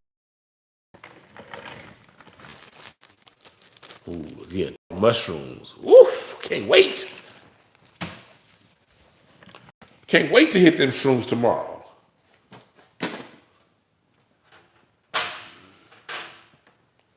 Can't wait. I get a lot of weed at a time, so I gotta get my weed in jars. Although I'm getting a little low in this jar. Usually this jar is pretty full. It's gonna be time to refill by Monday. Shit, no, probably by Sunday. If I'm doing shrooms tomorrow, this week gonna be gone by Sunday. I heard about that tea. As a matter of fact, my web guy, the guy on my website, he has a tea. I'm gonna get some of his tea next time I go out there in a couple weeks. I was planning on taking them tea shrooms. I was planning on taking that like Memorial Day weekend.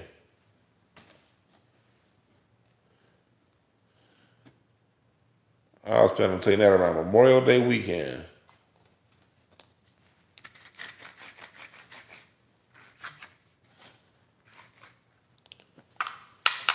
You see all my pictures in here. I'm inspired by all the jazz greats. Got Billie Holiday over there. Look at the picture. You got Billie Holiday titty. Like, see, like right here, it's like kind of a clear picture. She got like in a sheer dress. You can see a little bit of Billie Holiday titty.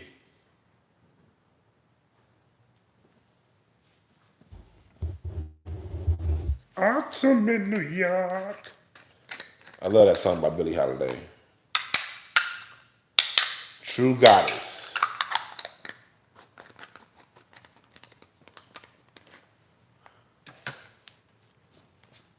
What's up, Morphs? And also for you people in the music, get my live drum sample packs. InTheMixStudios.com. Get my live drum sample packs.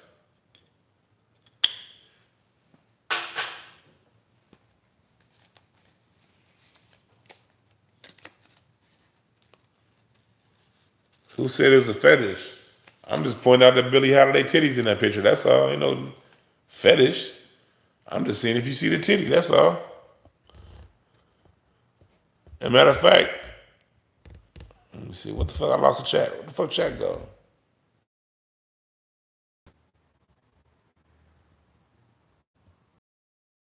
Let's see here. The fuck you want to see my wife for? That's a weird ass question.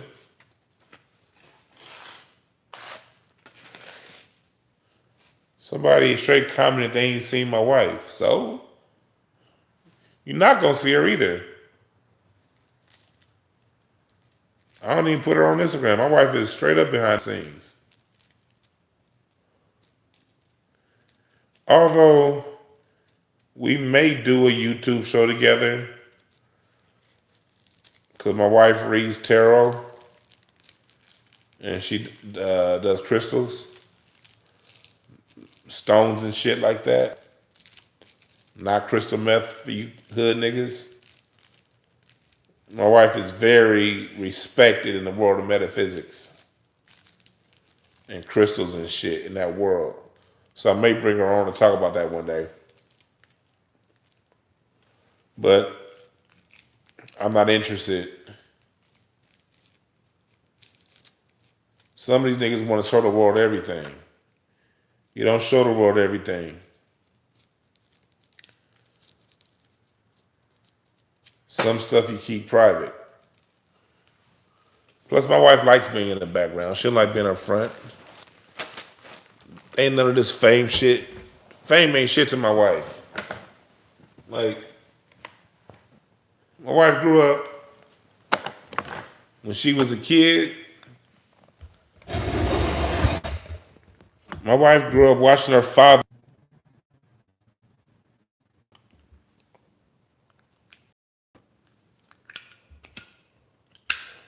Damn, shit keep cutting out. My wife has lived a different life than most of you niggas would ever understand. So, all this fame shit, they ain't nothing to her.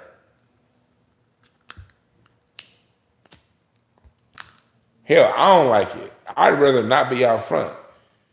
You just, as a comedian, you kind of got to be out front. I prefer the drums. In the drums, I get to be creative and I get to be in the background. I much prefer being in the background. That's why I do most of my shows. But my talent is talking shit and cracking jokes and being conflicting to me. Being a personality in front of you niggas. That's very conflicting to me. If I'm be all the way 100. I appreciate that, Mark. Dr. Randy Short is dope. Shit. But being out front, I don't like this shit.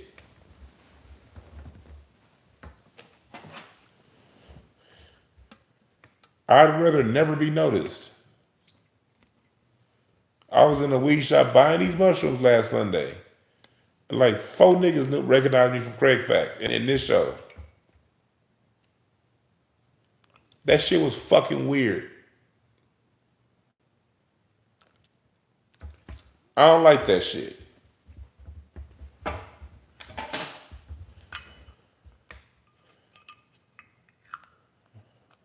But the areas my talent happened to lie pushed me out front.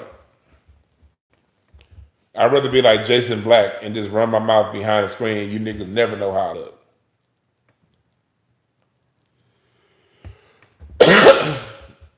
The way Jason Black does it, Professor Black Truth,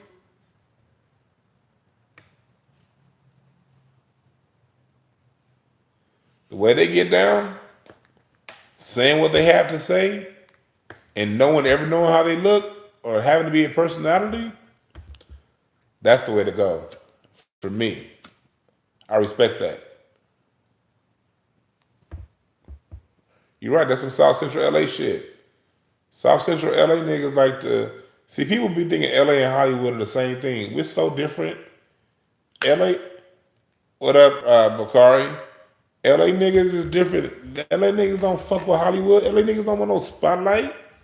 LA niggas want to dip in, dip out. LA niggas like to dip in and dip out. Dip meaning slide through, have fun with your peoples, kick it with those you kick it with, and get the fuck out. You ain't trying to be the life of the party.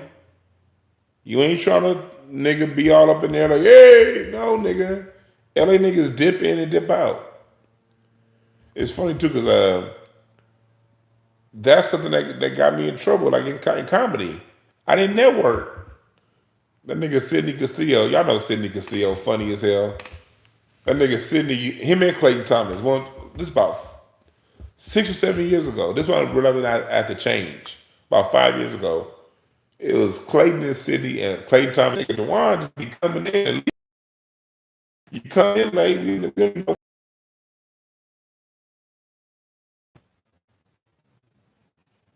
And when Clayton said that, I was like, yeah.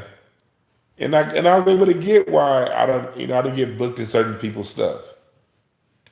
I'm able to get why I didn't, even though, I'm very cool with a lot of people, me being overlooked. Because my big ass was dipping in and dipping out. I wasn't trying to be all, nigga, let me tell these jokes and get the fuck out of here.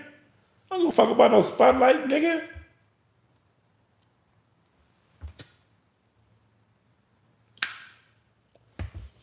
I had to learn how to really come out more and be in the mix more. That's some shit I'm learning. I'm learning this shit as we go. Salute to Craig for looking out for a nigga but it's a lot of niggas I looked out for, like I looked out for Craig. A lot of niggas, but salute to Craig for actually,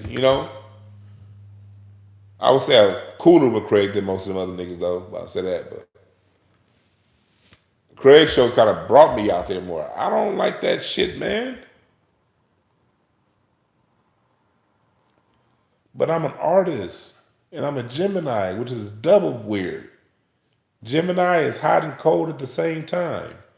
And as an artist, you gotta create. Like if I don't create, if I don't tell jokes, nigga, I can't sleep. I'm anxious. I'm fucking not myself when I can't be creative. Have I performed at the Regency West? Yes, I have. A few times.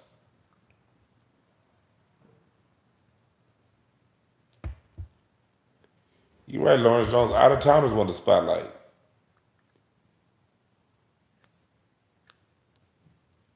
Out of towners like the spotlight. LA niggas don't give a fuck about no spotlight.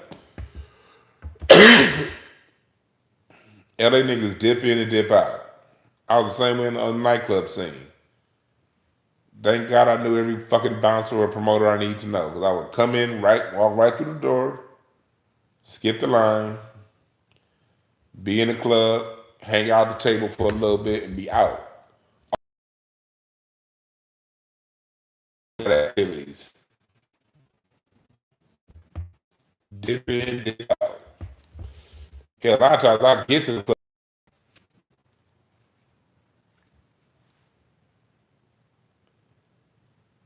A random ass nigga like that. My wife used to laugh because before we got married, I'll be over her house.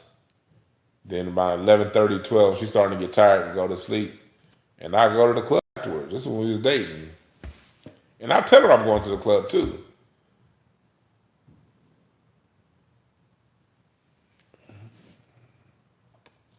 That's why I'm always talking to these niggas on Craig Fast. Like, look, I'm telling you, you single niggas.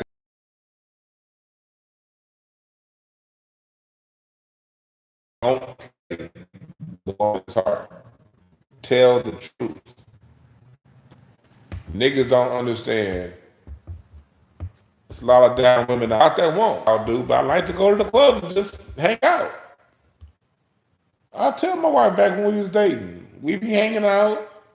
She be getting tired around 11:30, 12 o'clock. I observe, write some jokes, and be right out. And she didn't trip. Battery low. Please charge now. She didn't hit me with that, you gonna do this and be with them other girls. She didn't hit me with none of that nagging shit. And ladies, that's why I married her ass, because she didn't fucking nag. One, tell the truth. Two, fixed overnight. When you hit me with a good joke, I will laugh. For real.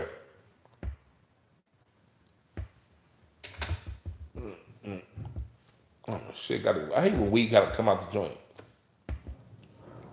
What you niggas talking about? I'm about to get out of here if y'all ain't saying shit in the comments.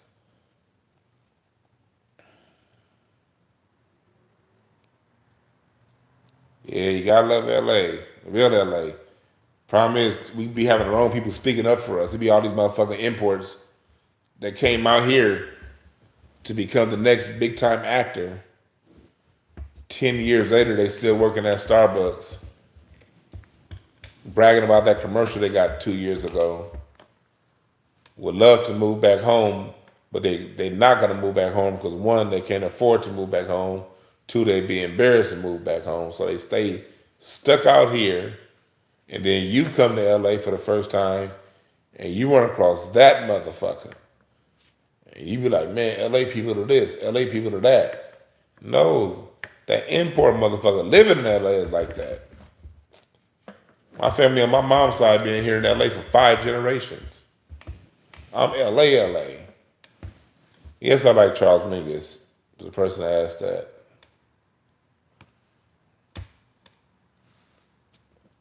Charles Mingus was dope. Jordan High School, right here in LA. Watts.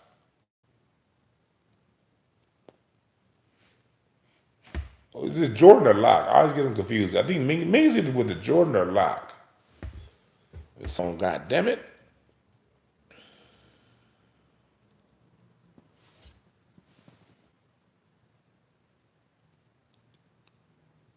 Dexter Gordon. He's right, yeah, right. Being here since the trolleys. My grandfather told me about the trolleys. My grandmother. Appreciate that, Wayne.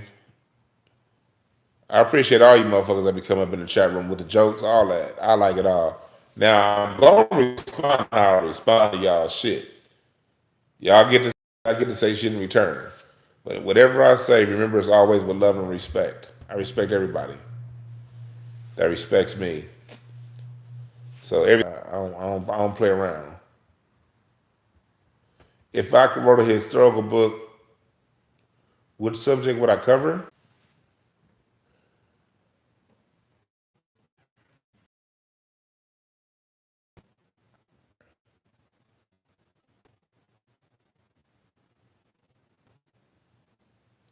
This shit tripping.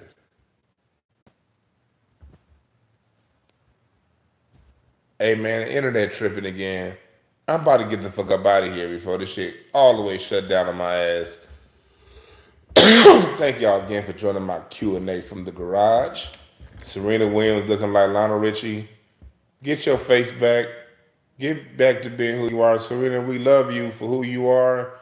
You don't need to do all that surgery. Well, you've already done the surgery, so this is it. So hopefully you find some love for yourself in your heart before you get all the way fucked up, Serena. Black women, you don't need to ever get fucking cut on. All right? No surgeries. It's a nigga out there that love what you got. Appreciate that, David Goon. COVID Goon. I said David. I'm high. Yeah. I miss Taste of Soul too. Hopefully they bring it back this year. Gardena Jazz Festival is going to be back this year. I will be at the Gardena Jazz Festival. And Hollywood Bowl tickets go on sale next week. I will be at the Hollywood Bowl every Wednesday this summer with my live jazz. I will be. They're going to have 5 Wednesday shows. I will be at all 5. I'm on the Hollywood Bowl list. Box seat subscriber. Been subscribing to the Hollywood Bowl since I was 25, nigga. I'm gonna be 40 next month. Yeah, tarot's a very interesting thing. My wife she's dope with that. She be teaching me about that shit. Yeah, you gotta get the Hollywood Bowl experience. If you want to know what LA's about, come to the Hollywood Bowl on a Wednesday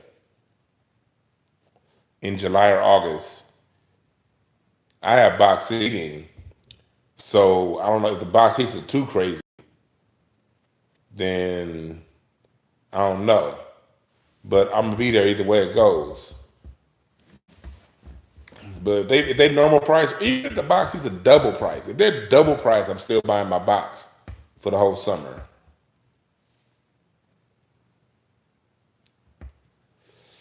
Now my wife, she ain't got a YouTube channel for doing tarot. She's just very popular around town.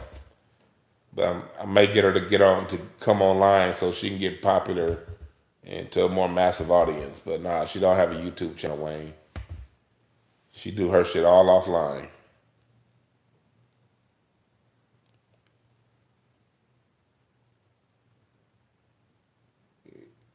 LA County, LA County Fair is a shit.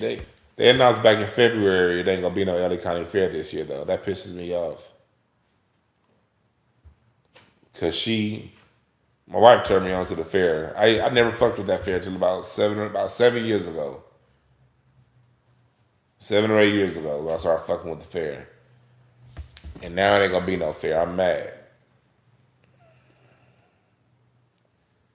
Who's the live that I haven't seen yet? For some reason, I've never seen the Ohio Players and the Ozzy Brothers live. I always miss them. I go to concerts. Me and my wife go to concerts most of the time, like in the summertime, basically once a week. And I like the times the Ozzy Brothers were at the Hollywood Bowl for Smooth Summer Jazz Festival, I'd be at the Gardena Jazz Festival.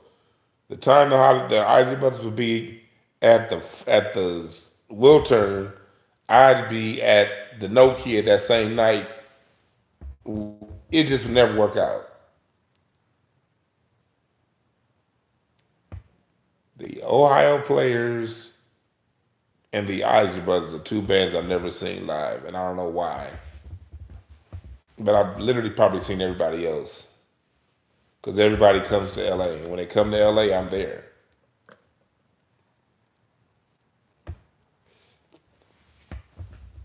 Rest in peace to Chick Corea. Gonna miss seeing Chick Corea live. That's who I'm gonna really miss seeing live, Chick Corea.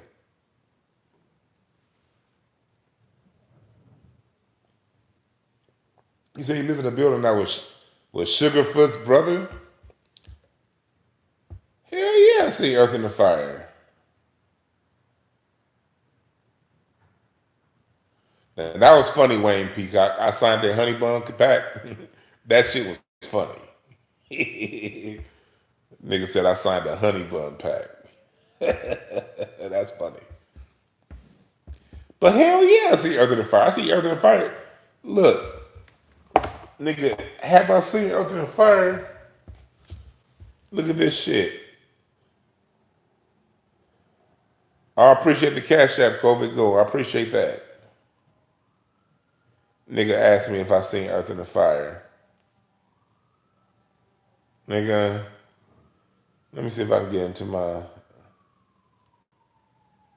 I can't get into my account. Oh, I was about to show y'all.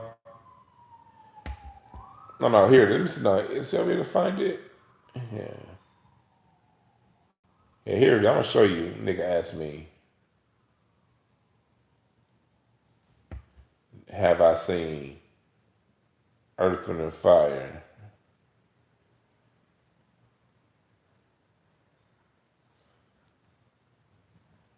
Nigga asked me, have I seen Earth and Fire?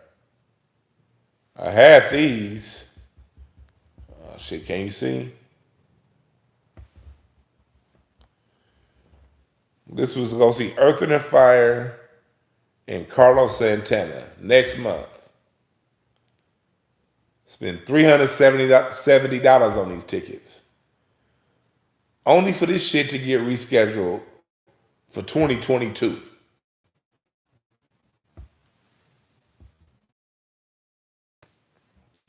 I see Earth and Fire every year they come to. The best Earth and Fire, usually like every 3 years, they come to the Hollywood Bowl and Earth and Fire plays with the Hollywood Bowl Orchestra. 72-piece orchestra and Earth and Fire and fireworks. Like they'll be, when Boogie Wonderland come on, they be busting fireworks and shit.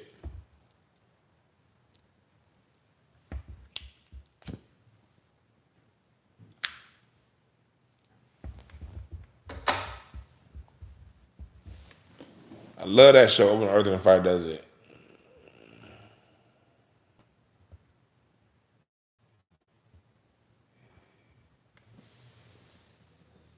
I cannot wait.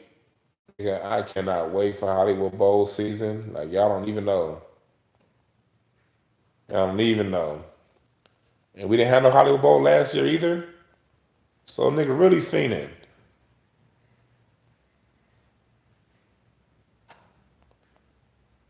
Okay, that sounds like that might be my wife now. I don't know. I hear somebody coming. Oh no, that ain't her. I thought it was. Look, this is where we sit at the Hollywood Bowl. This is at the Playboy Jazz Festival. These are my seats.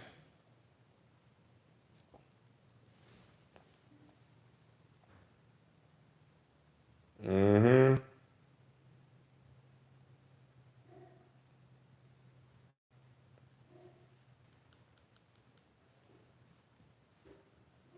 Brown's iPhone disconnected.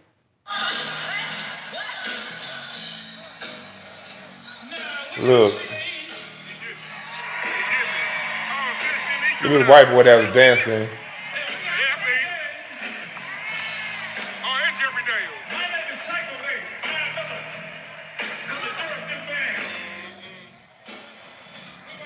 I love the Hollywood Bowl.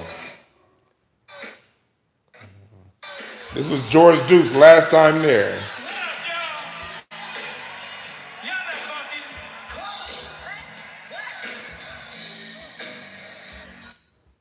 That wasn't George Duke. That was Patrice Rushen, actually.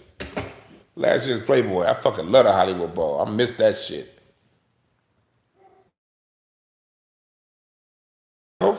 I hated going to the Hollywood Bowl too. I never Uber drove the Hollywood Bowl.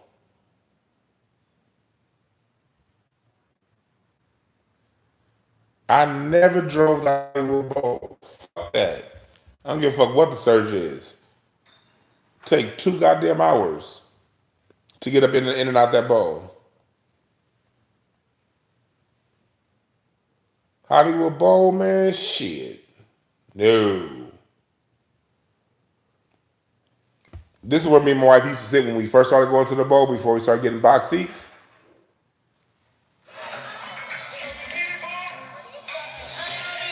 We sit up here.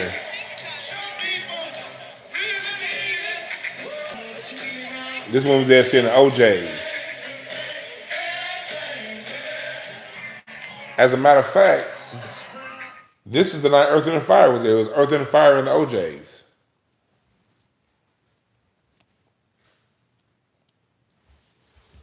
That's where you buy them $1 seats and walk down to where those seats are.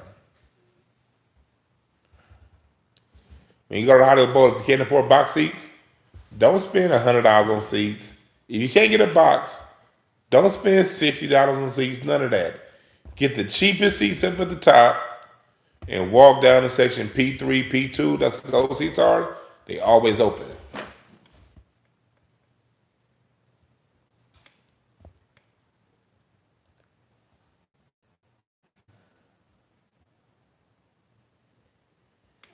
How do I think the Blazers would be if Brandon Roy never got fucked up? They championship. The Blazers probably would have won the championship if Brandon Roy was able to flush out his career. I'll never forget. I was at All-Star Weekend in New Orleans. That was Brandon Roy's first All-Star game. I was in the elevator with him after the game was over with.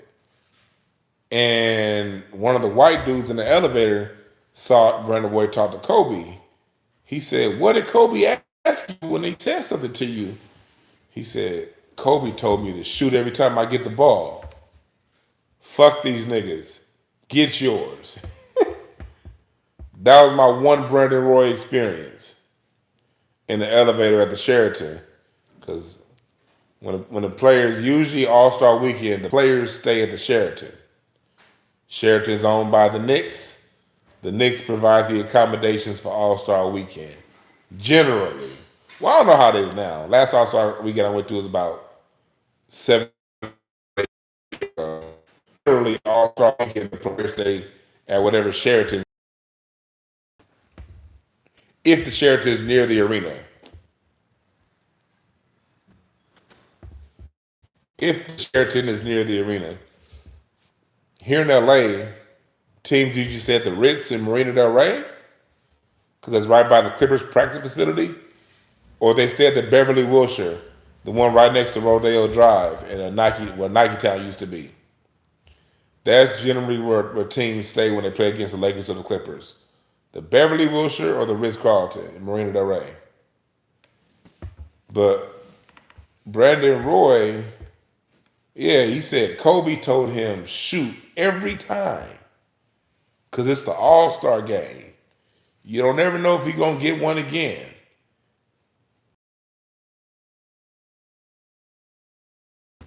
His knees got fucked up.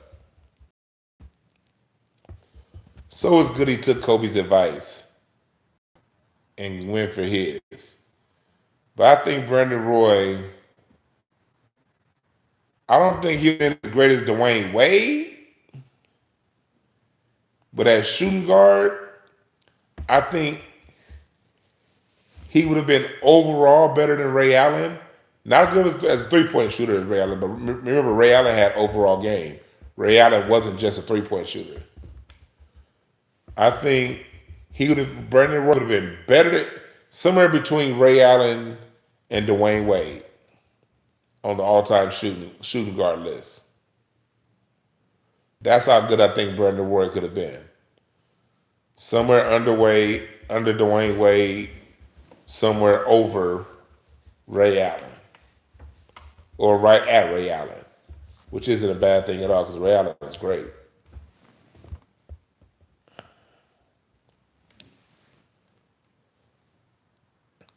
Oh yeah, it's a lot of Kobe goals. It's a lot of Kobe. I got a lot of Kobe stories. Kobe got a lot of dope ass stories like that.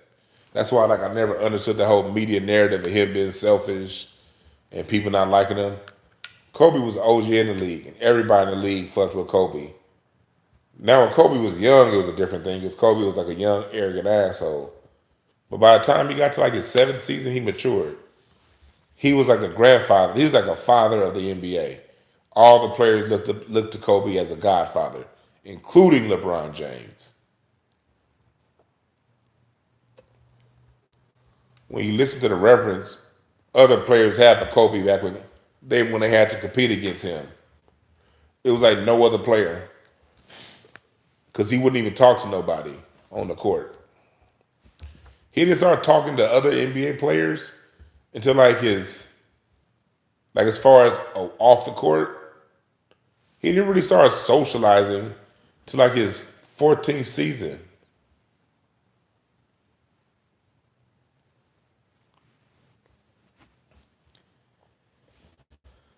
Tell Kobe from that 2004 finals,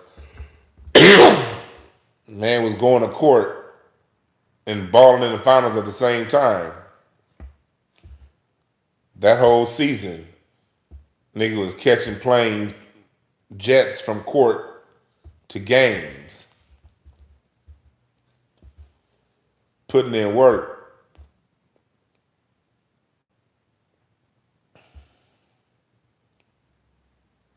I wasn't around Kobe or I wasn't around the Lakers closely during that Shaq run, that Kobe Shaq run. I more so got in a lot of the Laker inner circles that second Phil Jackson run with Kobe, Gasol, and Odom those years. Most of my stories come from those years on. I have some stories from earlier years, but most of my first hand or second hand accounts of Kobe and the Lakers come from between the 2007 season and the 2014 season.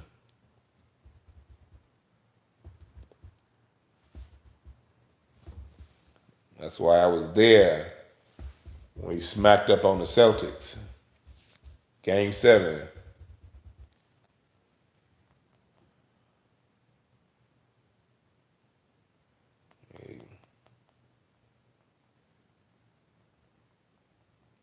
He said, do I have any Jim Kelly stories? Nah, funny, I don't have any Jim Kelly stories, but I used to laugh at my uncle, my dad, my uncle.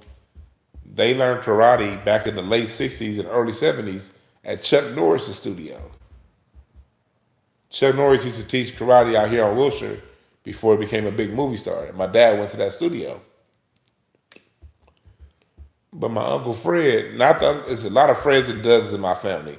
Not the Fred I was talking about yesterday on Craig Facts, who had a wife and 2 girlfriends. This is a different Fred. Same family line, but this Fred is that Fred's nephew. Confusing, I get it. But this particular Uncle Fred, my dad said he used to go around LA looking to fight Jim Kelly because he would see Jim Kelly on the movies and he wanted to whoop his ass because of that. I just saw, Facebook be having their memories.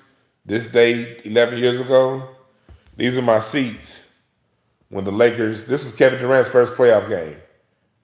Kevin Durant, James Harden, Russell Westbrook. This was their first playoff game against the Lakers. That 2010 season. These are my seats. For those of you niggas that think I be bullshitting, you can't buy those seats. Those are Jeannie Buss's seats. Yes, Dr. Buss's daughter, current owner, those are her seats. You can't buy these seats. You got to know somebody within the organization to give you these seats. I'm not fucking around when I say I was with my Lakers. But that was Kevin Durant's first playoff game.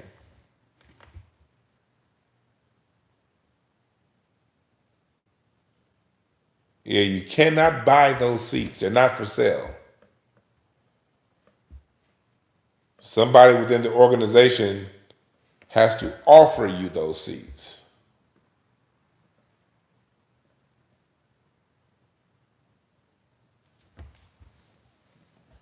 My opinion on the Sonics, what about them?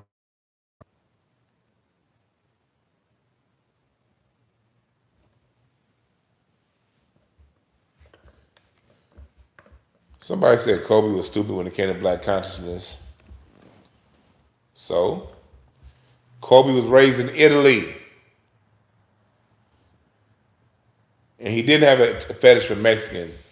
He had a fetish for Italians. Get it right. But let me tell you something also. And you can study this. If you want further information, get books on cultural anthropology and sociology, those two subjects. People, human beings, are generally attracted to the women or men, if they're girl, men, if they're boy, girls. They're attracted to the opposite sex that they're around the majority of the time during puberty. Okay? Don't take my word for it. Study sociology, study cultural anthropology, and when it comes to attraction, human beings are attracted to the girls that are mostly around when they hit puberty, when they nuts drop, when they dick first get hard. What's the first girl I see that looks good? Proximity, thank you, Lawrence Jones. Proximity creates attraction. When Kobe was going through his time of human growth and development, when he was growing into manhood, leaving childhood, going through puberty, he was in Italy. So it stands to reason that he's going to be attracted to the girls, the pretty girls he was around when his dick first started getting hard. See, that's why I call my show Hotepish. I play on it, but I'm not hardcore like these niggas, man. Niggas be wanting to judge so hard because they got some information and they know. I ain't got time for that shit. I combine different areas of knowledge that I know and I fuse it into 360 so it makes sense. So before I judge someone for their attraction, I first find out who raised them, one, and where were they raised. If I see a black dude that was raised in Irvine around nothing but Asians and white people, I'm sure his girlfriend or wife is going to be Asian or white. Because that's what he's attracted to. Because that's what he was around. Okay? Now, when I see someone come in good, but down south, good niggas to them luxury private schools with them big ass football stadiums. So they around white girls when they nuts drop. Now, other niggas is just coons. Been in the projects, went to project school. Now you just chasing white bitches because you saw it on TV. I ain't talking about them niggas.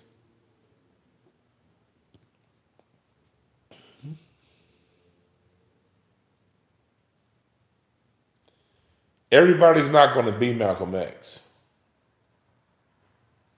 And I don't look towards my athlete class to fulfill that desire and need for authority and leadership.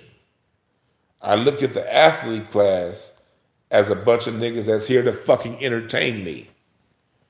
Go run and jump, nigga, and win the game. And after you hit the game-winning shot, I don't give a fuck about nothing you do in your life. Because I got my own life to live. And if you understood anything about sports and endorsement deals come with personality clauses.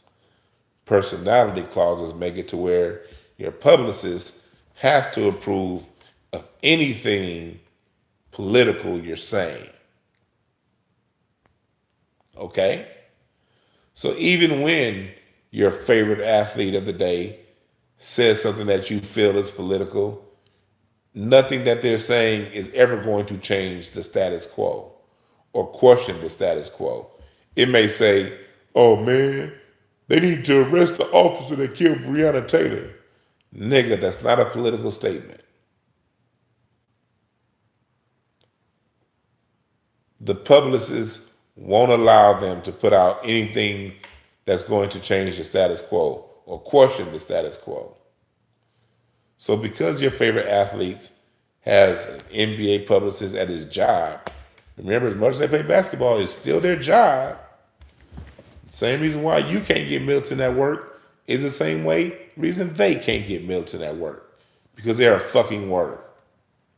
And they represent, when they sign that contract with the NBA, in that contract, they represent the NBA and its brand 24 hours a day, 7 days a week. So they must behave appropriately. It's in their fucking contracts.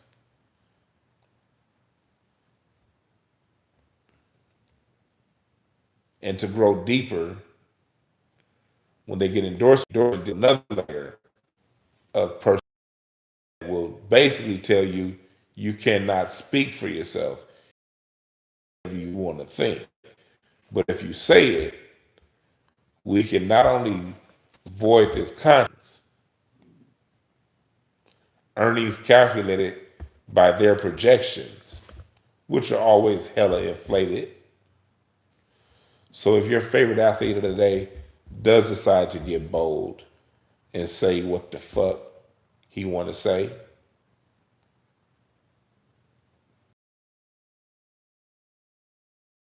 he gets sued back to the company endorsing them through perpetuity. So you don't even want your athlete class speaking for you. Dummy.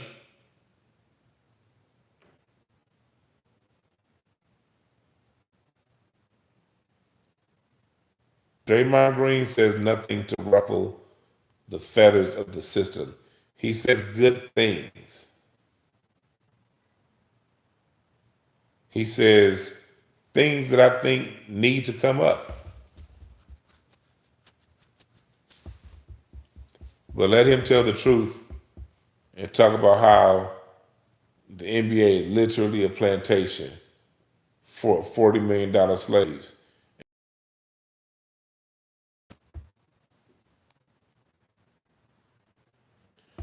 Oh shit, here she come, wife. She just finished tarot session. Oh yeah, hell yeah.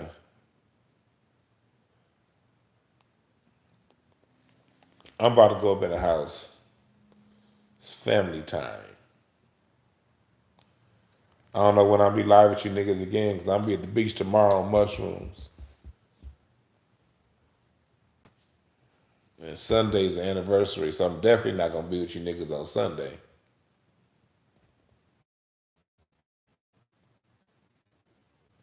So I'll probably holler at you niggas like on Monday or Tuesday or some shit like that. I think it's something to say. No, I'm not sick. I've just been smoking a lot of weed.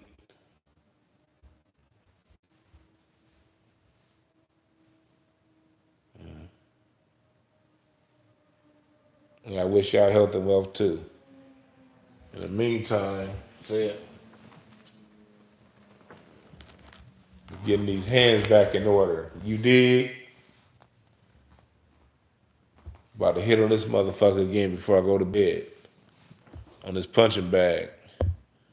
I'll holler at y'all.